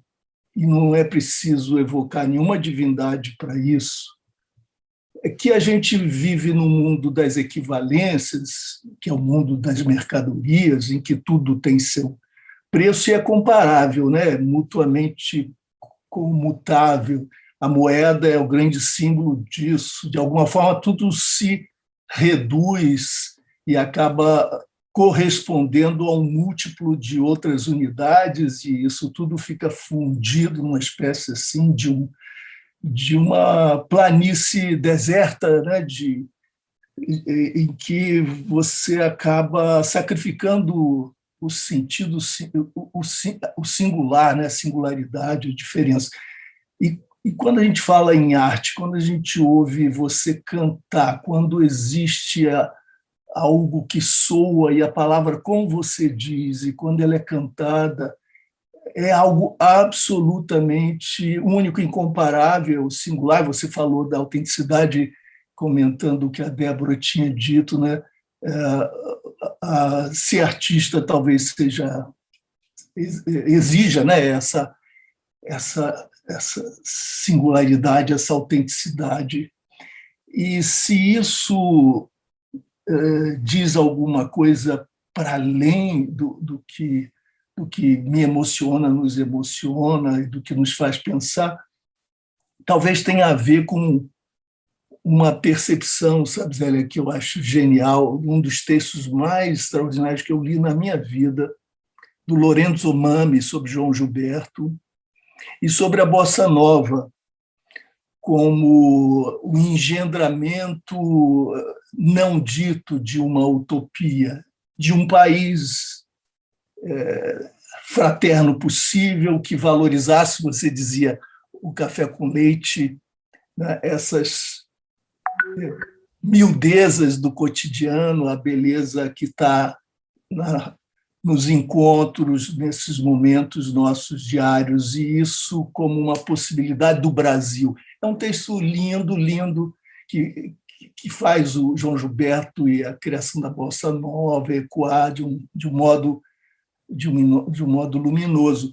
E eu estava pensando que talvez o que você nos dê, e intervenções como as suas, já não sejam exatamente compatíveis com a construção dessa utopia, mas já a construção de uma outra sociabilidade possível, não mais uma promessa, e, sabe, para o futuro, uma possibilidade que, de alguma maneira, se ensaia na canção, no modo de valorizar a voz, etc., mas já na construção da experiência estética e desse relacionamento que não é passível de uma descrição fácil, que tem a ver com arestas, tem a ver com as quinas, né, como você dizia, de não agradar e de não satisfazer, de impulsionar, de gerar, né, também os desconfortos, mas que instiga uma espécie de veneno remédio, para citar o santo do meu altar, Zé Miguel, esse veneno remédio que é sublime, né? Que é uma gota de eternidade, alguma diferença que não é possível de ser captada, né? De ser descrita, de ser, enfim, domesticada, e essa selvageria que é tão vital, talvez seja o sentido dessa aura. De fato, você está um pouquinho acima do chão, mas isso não é porque seja superior, é por conta da liberdade. Quando a gente vê assim, Zélia, é porque a gente atribui uma liberdade que a gente desejaria compartilhar, uma autonomia em relação ao chão que prende, né? porque é muito bonito falar de raiz, mas raiz prende, condena, e você pode dialogar com a raiz se desprendendo. Então é muito bonito isso, essa elevação não superior. E o que eu sinto por você não é inveja, é gratidão. Obrigado. Quando eu entro no palco, eu olho para ninguém. Eu tento olhar para o final da plateia, se eu estiver dentro de um teatro, se eu estiver num lugar ao ar livre, eu olho lá para longe. Eu sempre tento olhar para o horizonte. E aí, devagar, eu vou olhando um pouco para a plateia, reconhecendo ou não algum olhar. Às vezes, um olhar na plateia te salva. Sei lá, às vezes você se sente num ambiente hostil e um olhar e você faz a apresentação inteira para aquele olhar. Então, e esse momento de encontrar esse olhar realmente é uma eternidade, assim, no bom sentido, sabe? Onde você está ali procurando alguma coisa. Isso, sim, retrocedendo um pouco na minha ideia do instante, né, e do que é muito simples, porque eu sou uma pessoa super careta, sabe? Quer dizer, no Twitter, todo dia alguém me chama de maconheira e pergunta se eu estou bêbada. Mas eu sou super careta, eu gosto de esporte, eu não tenho nada contra nada disso. Mas eu não tenho, sem querer mitificar, e obviamente mitificando, certamente a minha droga é no palco. Assim, às vezes acaba o show, eu nem sei o que aconteceu direito, eu fico com medo. Eu falo, nossa, o que eu fiz? Eu não sei direito o que eu fiz. Porque eu sinto esse enlevo, eu sinto isso dentro de mim, claro. O medo é como isso vai depois que a gente sai do palco e como te obrigam a levar isso, né? Às vezes você é obrigado a levar uma ideia que alguém fez de você. Então é mais sobre esse tipo de armadilha que eu falo. Mas o que a gente sente quando está no palco e quando a gente está muito conectado com o que a gente está fazendo é realmente sim, um tipo de eternidade, assim, é egoísta até, né? Ela só se realiza no outro, mas eu acredito que ele tem que nascer na gente genuinamente para nos dar algum prazer, e só assim o outro capta esse prazer e aí a gente goza junto. Mas começa num movimento bastante solitário até achar o outro. E isso é bonito, né? Você vê, por exemplo, pô, eu achei você, que sorte a minha.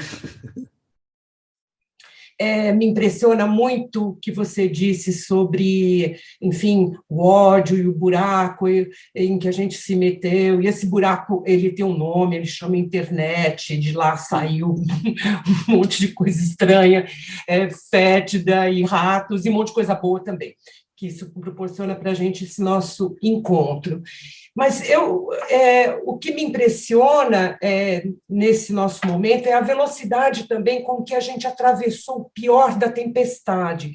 A gente, enquanto dura, acha que ela é longa demais, mas eu fico impressionada com as pesquisas e como os brasileiros estão reagindo muito rapidamente a tanto mal que foi feito. Então, é fato. Então, alguma coisa aconteceu.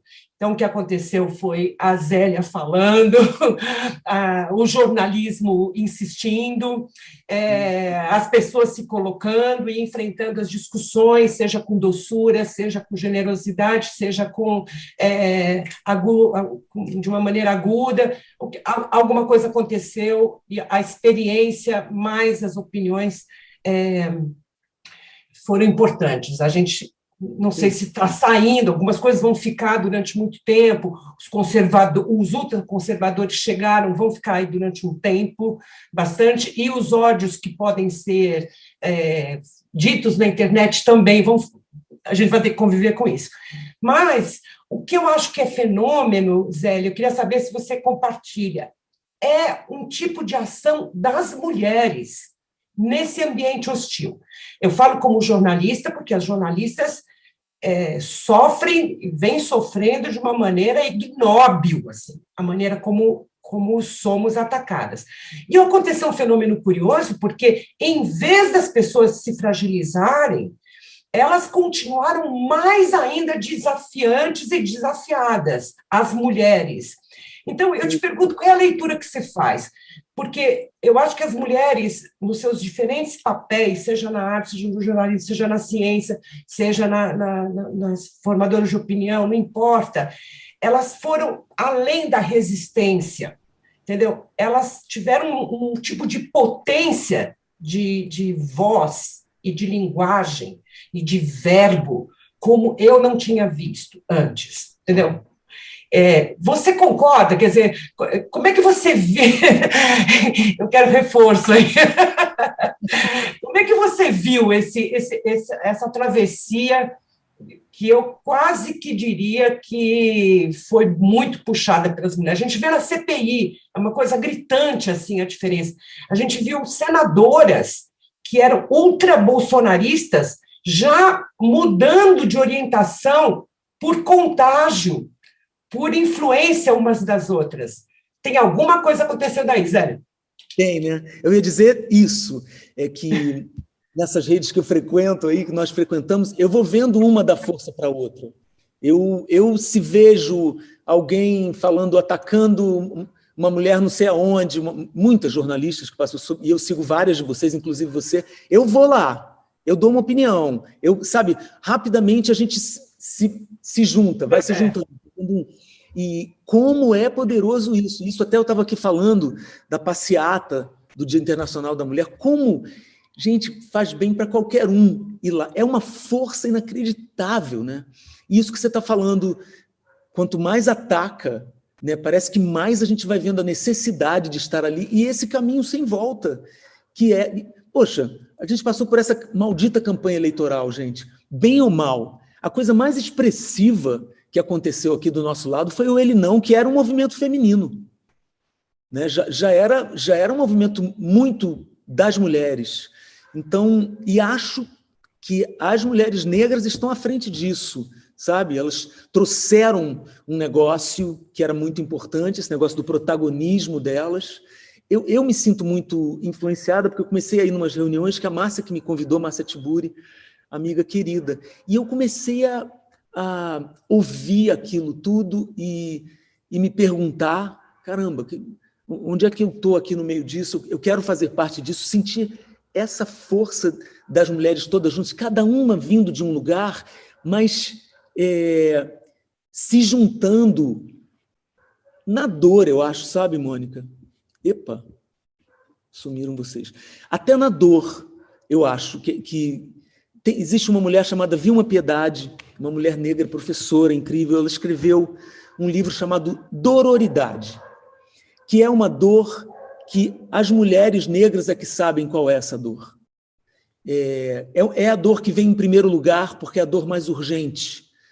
Mas eu acredito que tem uma outra dor que é um pouco secundária a essa, porque essa é a mais urgente, que é essa nossa dor de sermos mulheres. Você vê...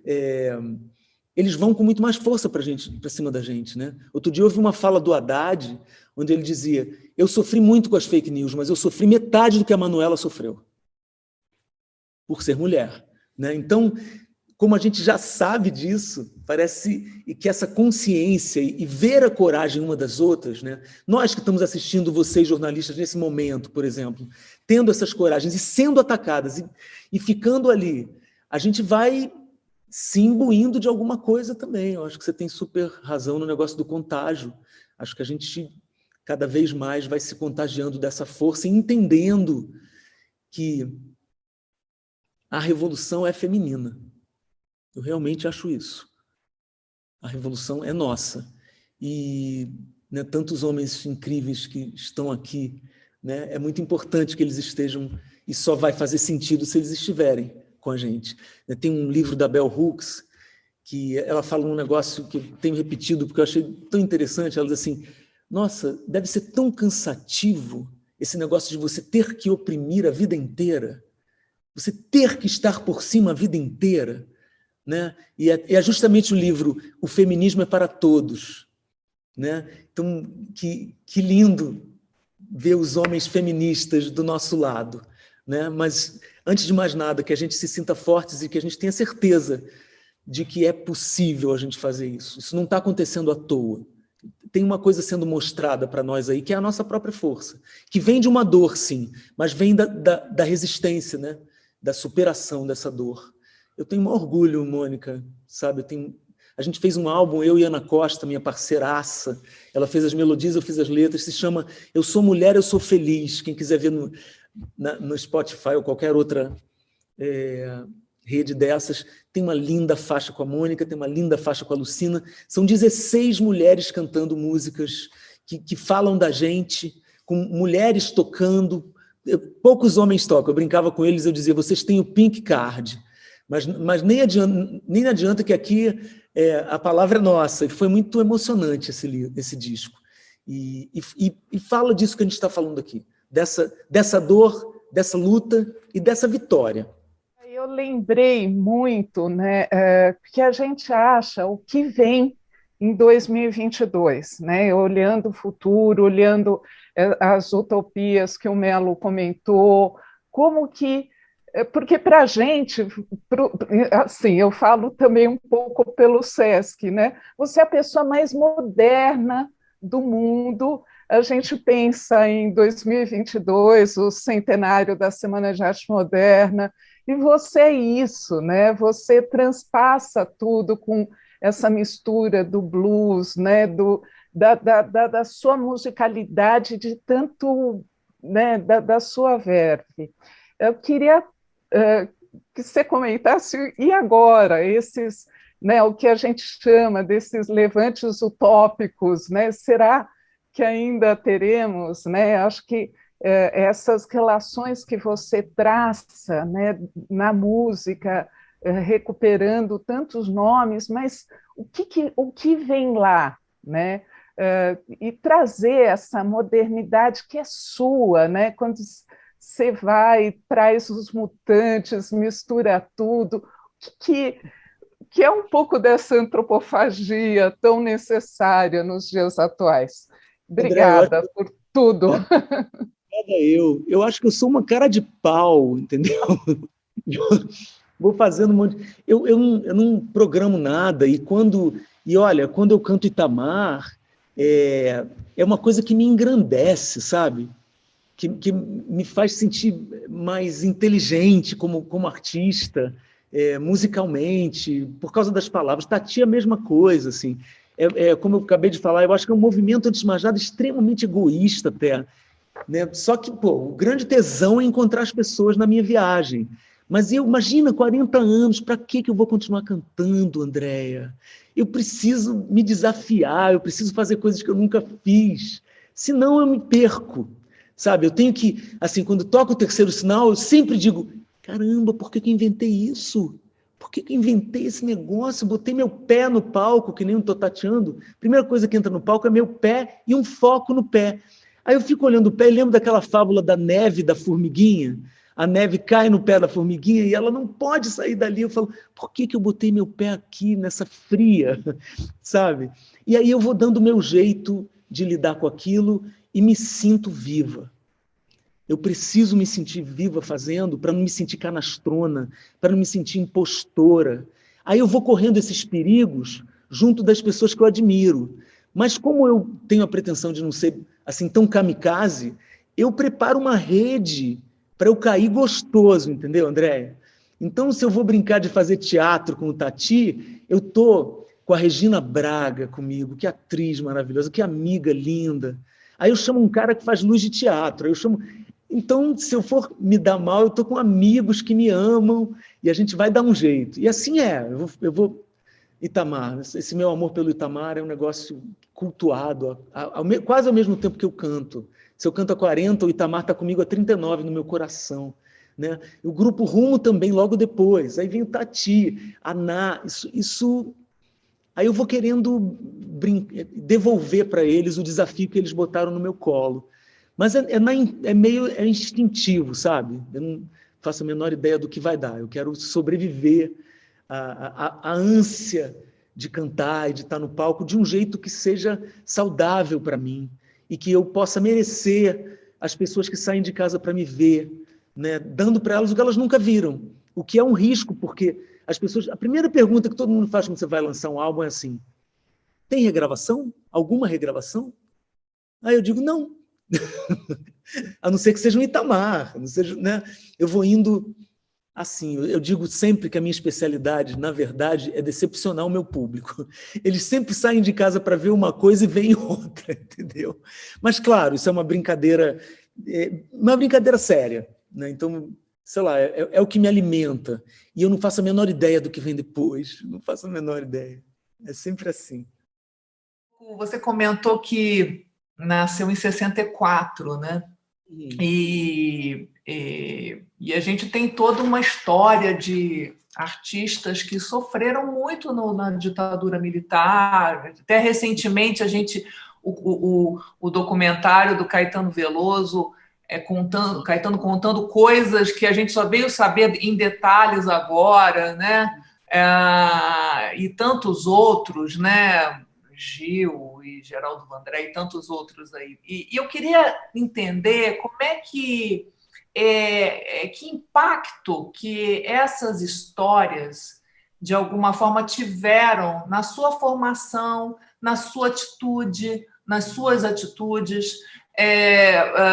Hoje, como que você enxerga sob essa perspectiva de que você faz parte de uma geração que está aí no ativismo e que entende que é necessário, talvez até como uma vacina para evitar danos muito maiores, né, do que a gente já está sofrendo.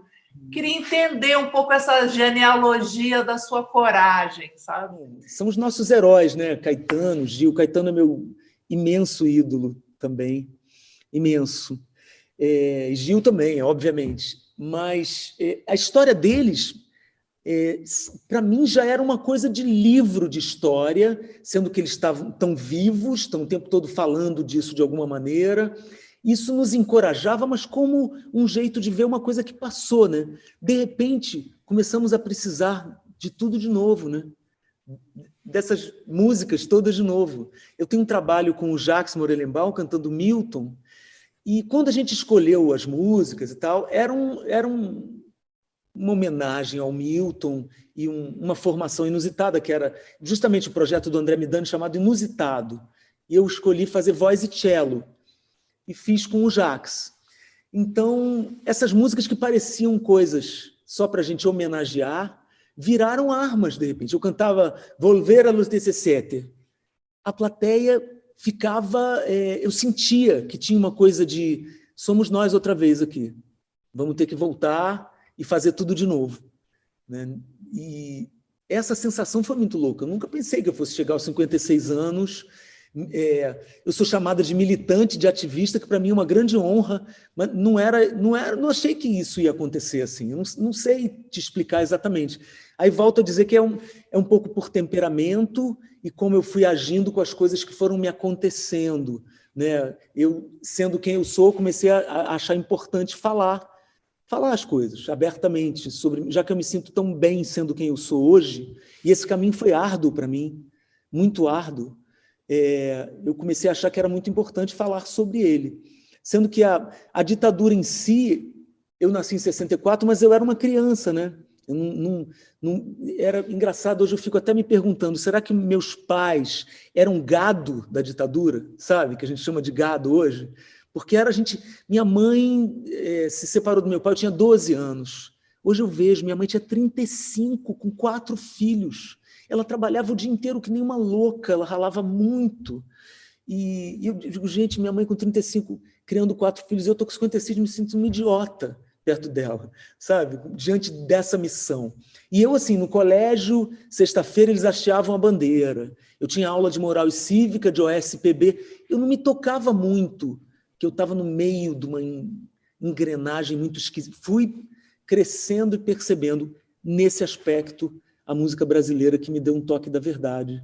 Através dessas músicas eu entendi que a gente vivia um perigo e que o perigo era real, mas, na verdade, é como se esse perigo tivesse assim, baforando aqui na minha porta hoje, sabe, Gisele? Eu senti várias vezes isso, e todos nós, acredito, né? Num dia que eu fui para segundo turno das eleições, e amigos e meus irmãos me ligando e dizendo, você tem mania de ir a pé votar, não vai a pé, não vai sozinha. Aí eu entendi um pouco sabe, desse clima todo, assim, nossa, as coisas realmente podem voltar a acontecer de um jeito que a gente inimaginável, né? E foi esse perigo que me deu coragem, assim, estranhamente, esse perigo que me deu algumas coragens. Também não sou de carne e osso, tenho minhas, né, tem dia, como dizia uma amiga minha, Luli, tem dia que eu estou bem Zélia Cristininha, sabe? Falar, não, hoje eu não quero, gente, hoje não, por favor. Mas é que eu rapidamente dou um jeito, mas quando eu estou assim, eu aceito também. Acho que a gente tem que saber o dia que a gente está para Zélia Cristininha também, sabe? Eu vou te contar uma fábula e peço para você trazer o final dessa história.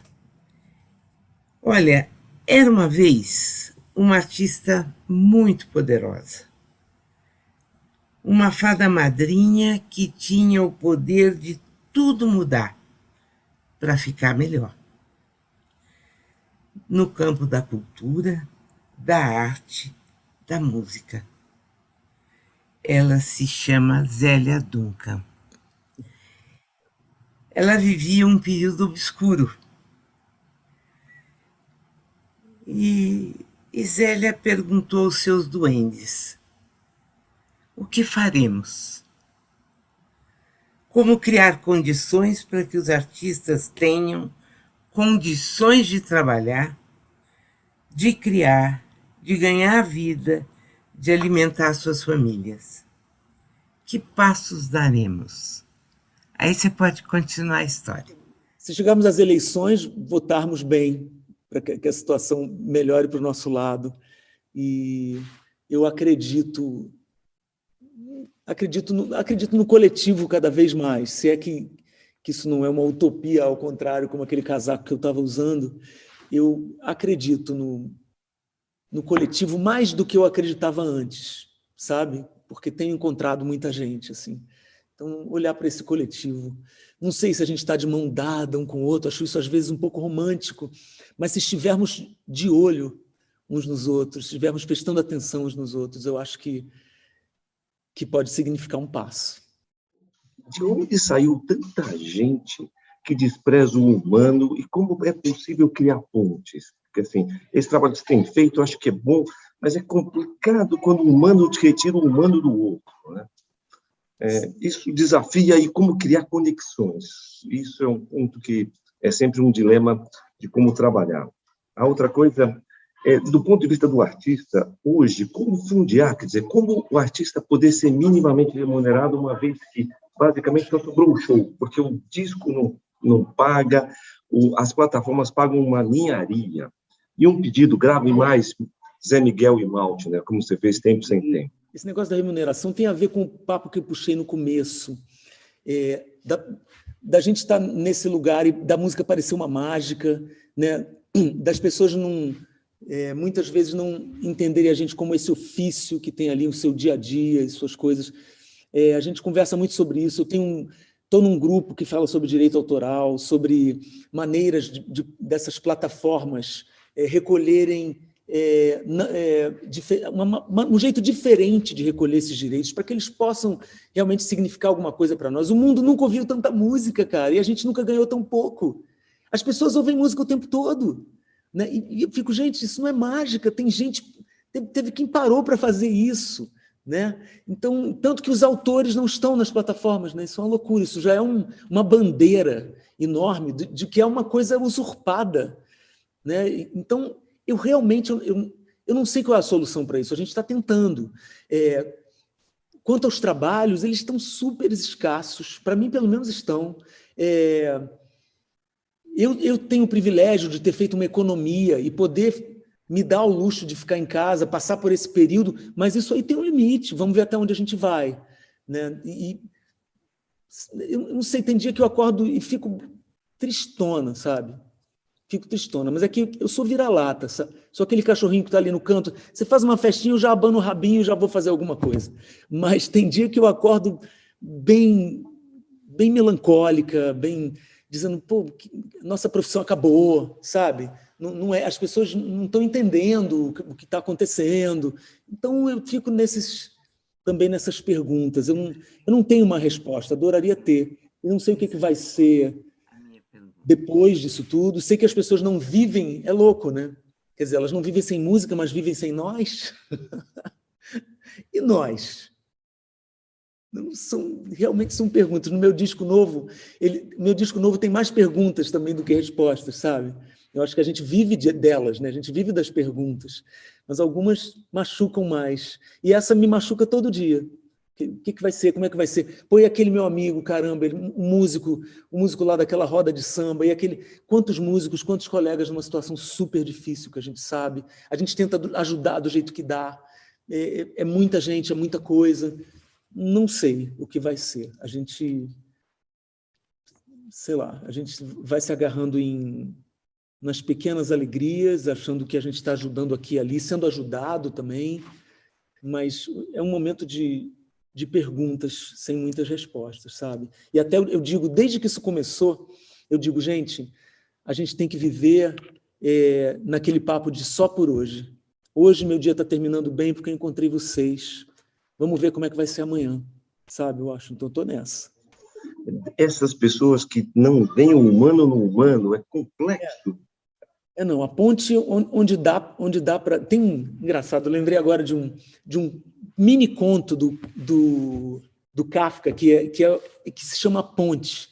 O cara é a ponte, ele está com os dentes num pé na outra, ele é a própria ponte. E a ponte fala até na primeira pessoa, se não me engano. Uma coisa pequena e impressionante, sabe?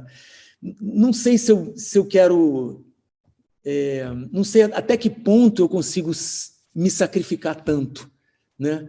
Sendo a ponte num sentido tão carne e osso, morder de um lado, segurar com as unhas do pé o outro lado. Eu acho que às vezes a gente faz isso, mas não dá para fazer o tempo todo, porque a gente não aguenta, né? Quando eu não aguento, eu bloqueio, entendeu, Washington? É isso, é bloque neles. Mesmo porque a gente nem sabe quem é gente e quem não é, né? A questão é a seguinte, esse ódio não é brasileiro, não é só brasileiro, eu diria. Na Europa, vive-se esse ódio hoje de uma forma muito intensa. E é o ódio ao estrangeiro, é o ódio ao imigrante, é o ódio ao refugiado, é o ódio ao outro, seja lá qual for o outro, né? E essa é uma coisa muito forte. Há poucos anos aconteceu, eu moro em Genebra, minha mulher é espanhola, meus filhos, obviamente, têm todas as nacionalidades, um tutti-frutti aí que não tem sentido nenhum, mas tem a referência brasileira e tem a referência espanhola. Teve uma vez que a gente estava na Espanha, na casa dos avós, e o pequeno, deitado no colo do vô, vira para o vô e pergunta: vovô, é ruim ser espanhol, né? E aí todo mundo acorda, como assim? Claro, meus amigos na escola dizem que eu não posso jogar bola, não sei o que era o jogo, porque eu não sou suíço. Né? Então, vai muito além, esse ódio vai muito além só da questão brasileira. Mas a minha pergunta, de onde, e o que eu vi nesse caso muito claramente, em outros também, essas crianças não sabem o que é nacionalidade. Elas não têm a mínima ideia do que é fronteira. Elas não têm a mínima ideia do que é identidade cultural. E ainda assim elas estão repetindo algum discurso de alguém. Então, de alguma forma, o ódio é ensinado. Ele não é completamente natural. Ele tem algum ponto que ele é colocado na mesa. Minha pergunta, como retirar da mesa? Aonde está o ponto que a gente possa ensinar outra coisa que não seja o ódio? Esse é o primeiro ponto. E segundo, e é rapidinho, como é que você vê na área, no teu setor, e basicamente entre os artistas, como lidar com 2022? Olha, vou ter que dar uma resposta que pode soar super simples e romântica, mas é o amor, né, Jamil? A gente tem que dar um jeito de fazer, de jogar um amor nisso aí, claro que... E nesse ponto, eu acho também, puxando a brasa aqui para a nossa sardinha também, a arte poderia muito dar conta dessa ponte, se a gente conseguir. Né? Porque a arte tem esse amor no bojo, traz esse amor no bojo e traz o pensamento, né? E traz uma irmandade, de alguma maneira. Quando você está ouvindo uma música que todo mundo... Né? Sei lá, você está num show da Mônica, que a gente ama tanto o show da Mônica. De repente ela começa a cantar uma coisa, eu olho para uma pessoa que eu nunca vi, eu sorrio, né? Eu digo, cara, que bom, a gente é da mesma espécie que essa pessoa. Se ela se sentir próximo, se sentir da mesma espécie, que chega uma hora que a gente, várias vezes por dia, a gente se sente de outra espécie, né? Você fala, caramba, não temos... Qual é o meu ponto de contato com você, né? Então, sei lá, de cara, se você diz que sofre um preconceito porque não está no teu país, eu me sinto irmanada com você, porque eu sei o que é o preconceito, né? Mesmo sendo de outra natureza. Então, voltar a entender, não sei exatamente como, digo de novo, a arte pode ajudar muito nisso, onde estão os nossos pontos de contato. Por 3 minutos, se a gente ouvir uma música que você gosta, eu também, caramba, olha a ponte aí. Né? É uma ponte que desaparece logo depois, mas ela pode deixar... O que ela deixa na gente? No mínimo uma saudade, né? Ai, que saudade daqueles 3 minutos onde eu me senti irmanada com toda uma plateia porque a Mônica cantou, sabe? Isso aí é onde a gente se sente humano, né? Eu tô chorona, qualquer coisa minimamente humana me faz chorar. Só de falar desse assunto já sinto meu olho encher d'água. Eu falo, nossa, eu quero encontrar o que há de humano em nós. Eu acho que a arte pode sim ser essa ponte. Acho mesmo. Porque ela traz, como eu te falei, acredito, o pensamento e o amor. E, pô, se a gente puder adentrar 2022 que uma boa música nos leve, uma boa literatura, uma dança, uma pintura, seja o que for, já seria muito bom. 2022, Jamil, desculpa, é um mistério, assim, mas eu sinto um grande mistério. No meio de todo o cansaço, toda a exaustão, existe um certo prazer em ver o circo pegando fogo de outras maneiras, além da nossa Amazônia, e o nosso Pantanal. Tem outras coisas pegando fogo, só que essas coisas a gente quer que peguem fogo, né? Está sendo, de alguma maneira, a gente consegue se aliviar um pouco vendo uma coisa ruir. Acho que a gente está vendo um negócio ruir. Eu acho que esse presidente, ele não sabe nem ser ruim, né? Nem isso ele consegue. É uma coisa que realmente não tem nome. Então, não se sustenta, está claramente caindo, que a gente não sabe como vai cair, né? Então, esse 2022 é um mistério, vai ter ainda um monte de transformação. Eu aconselho que cada um pegue numa música salva-vidas e não largue. Você que está com os olhos no mundo, através das muitas janelas que você tem aberto, você se sente otimista em relação a nós, brasileiros, na construção desse futuro que nós acreditamos ter? Eu não me sinto otimista, sabe? Mas, claro, tô viva, né? Nunca pensei que eu fosse falar. Eu comecei a falar essa frase que é tão clichê, né? Que a vida é o nosso maior bem. Eu comecei a pensar, caramba, a vida é o nosso maior bem, sim. Vamos honrar o fato de estarmos vivos diante de um luto tão imenso que o Brasil está passando. Então eu fico pensando nisso, não com otimismo, mas tentando usar a vida que eu tenho e que eu sinto para passar por essas coisas e poder fazer alguma diferença e ajudar e ser ajudada, assim. Então eu tenho essa esperança que não espera, sabe? Eu prefiro me apoiar nisso, porque eu tenho medo, às vezes eu vejo um otimismo que surta, sabe? Eu perdi a minha melhor amiga há uns 10 anos, e eu estava do lado dela, nessa hora, com outros amigos, com o marido dela e tal e tal, e tinha sempre uma que chegava e dizia assim, gente, olha a cara dela, olha a carinha dela, ela está melhorando. Isso me levava à loucura, porque eu via que não era verdade. E ela chegava e dizia, ela está melhorando. E essa minha amiga foi embora. Então, agora eu olho o otimismo, sabe, com muita desconfiança, mas eu adoro estar vivo, eu acredito que nós vivos podemos sim mudar as coisas e ter uma esperança que não espera. Aí sim, aí eu fico mais confiante, sabe? Fiquei muito impressionado com a beleza da sua camiseta, né? Invertida, Utopia Invertida, e depois eu fui pesquisar, e de fato é o álbum do David Byrne, É muito incrível, achei bacana. E essa a utopia invertida, ela não sei se para você tem algum significado, quer dizer, a utopia certamente, mas o fato dela estar de cabeça para baixo, aquilo me impressionou um pouco, e depois eu queria que, se você, na sua despedida, puder falar sobre essa sua visão da utopia, invertida ou não. É uma metalinguagem, né? É ela mesma. É divertido porque é uma utopia sem fim, né? De cabeça para baixo, gerando mais utopia ainda. Tô pele, espírito, tô por um fio dessa minha blusa, tô musa, tô muda, tô nadando de braçada nas palavras. Tô às vezes, tô nem tanto, tô pra sempre nesse manto, nesse mar salgado pelo meu suor.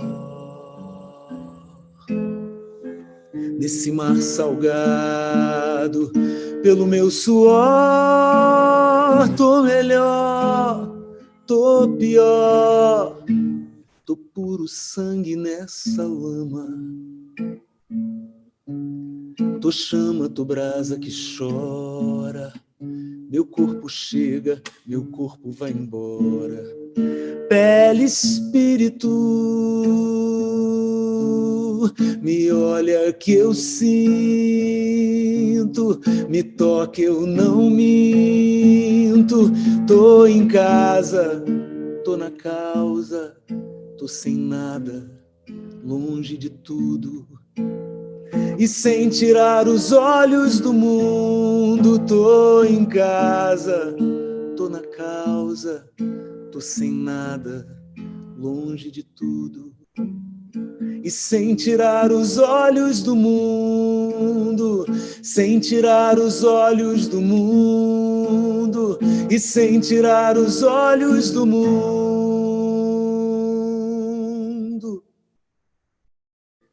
Tô pele, espírito, tô por um fio dessa minha blusa, tô musa, tô muda, tô nadando de braçada nas palavras.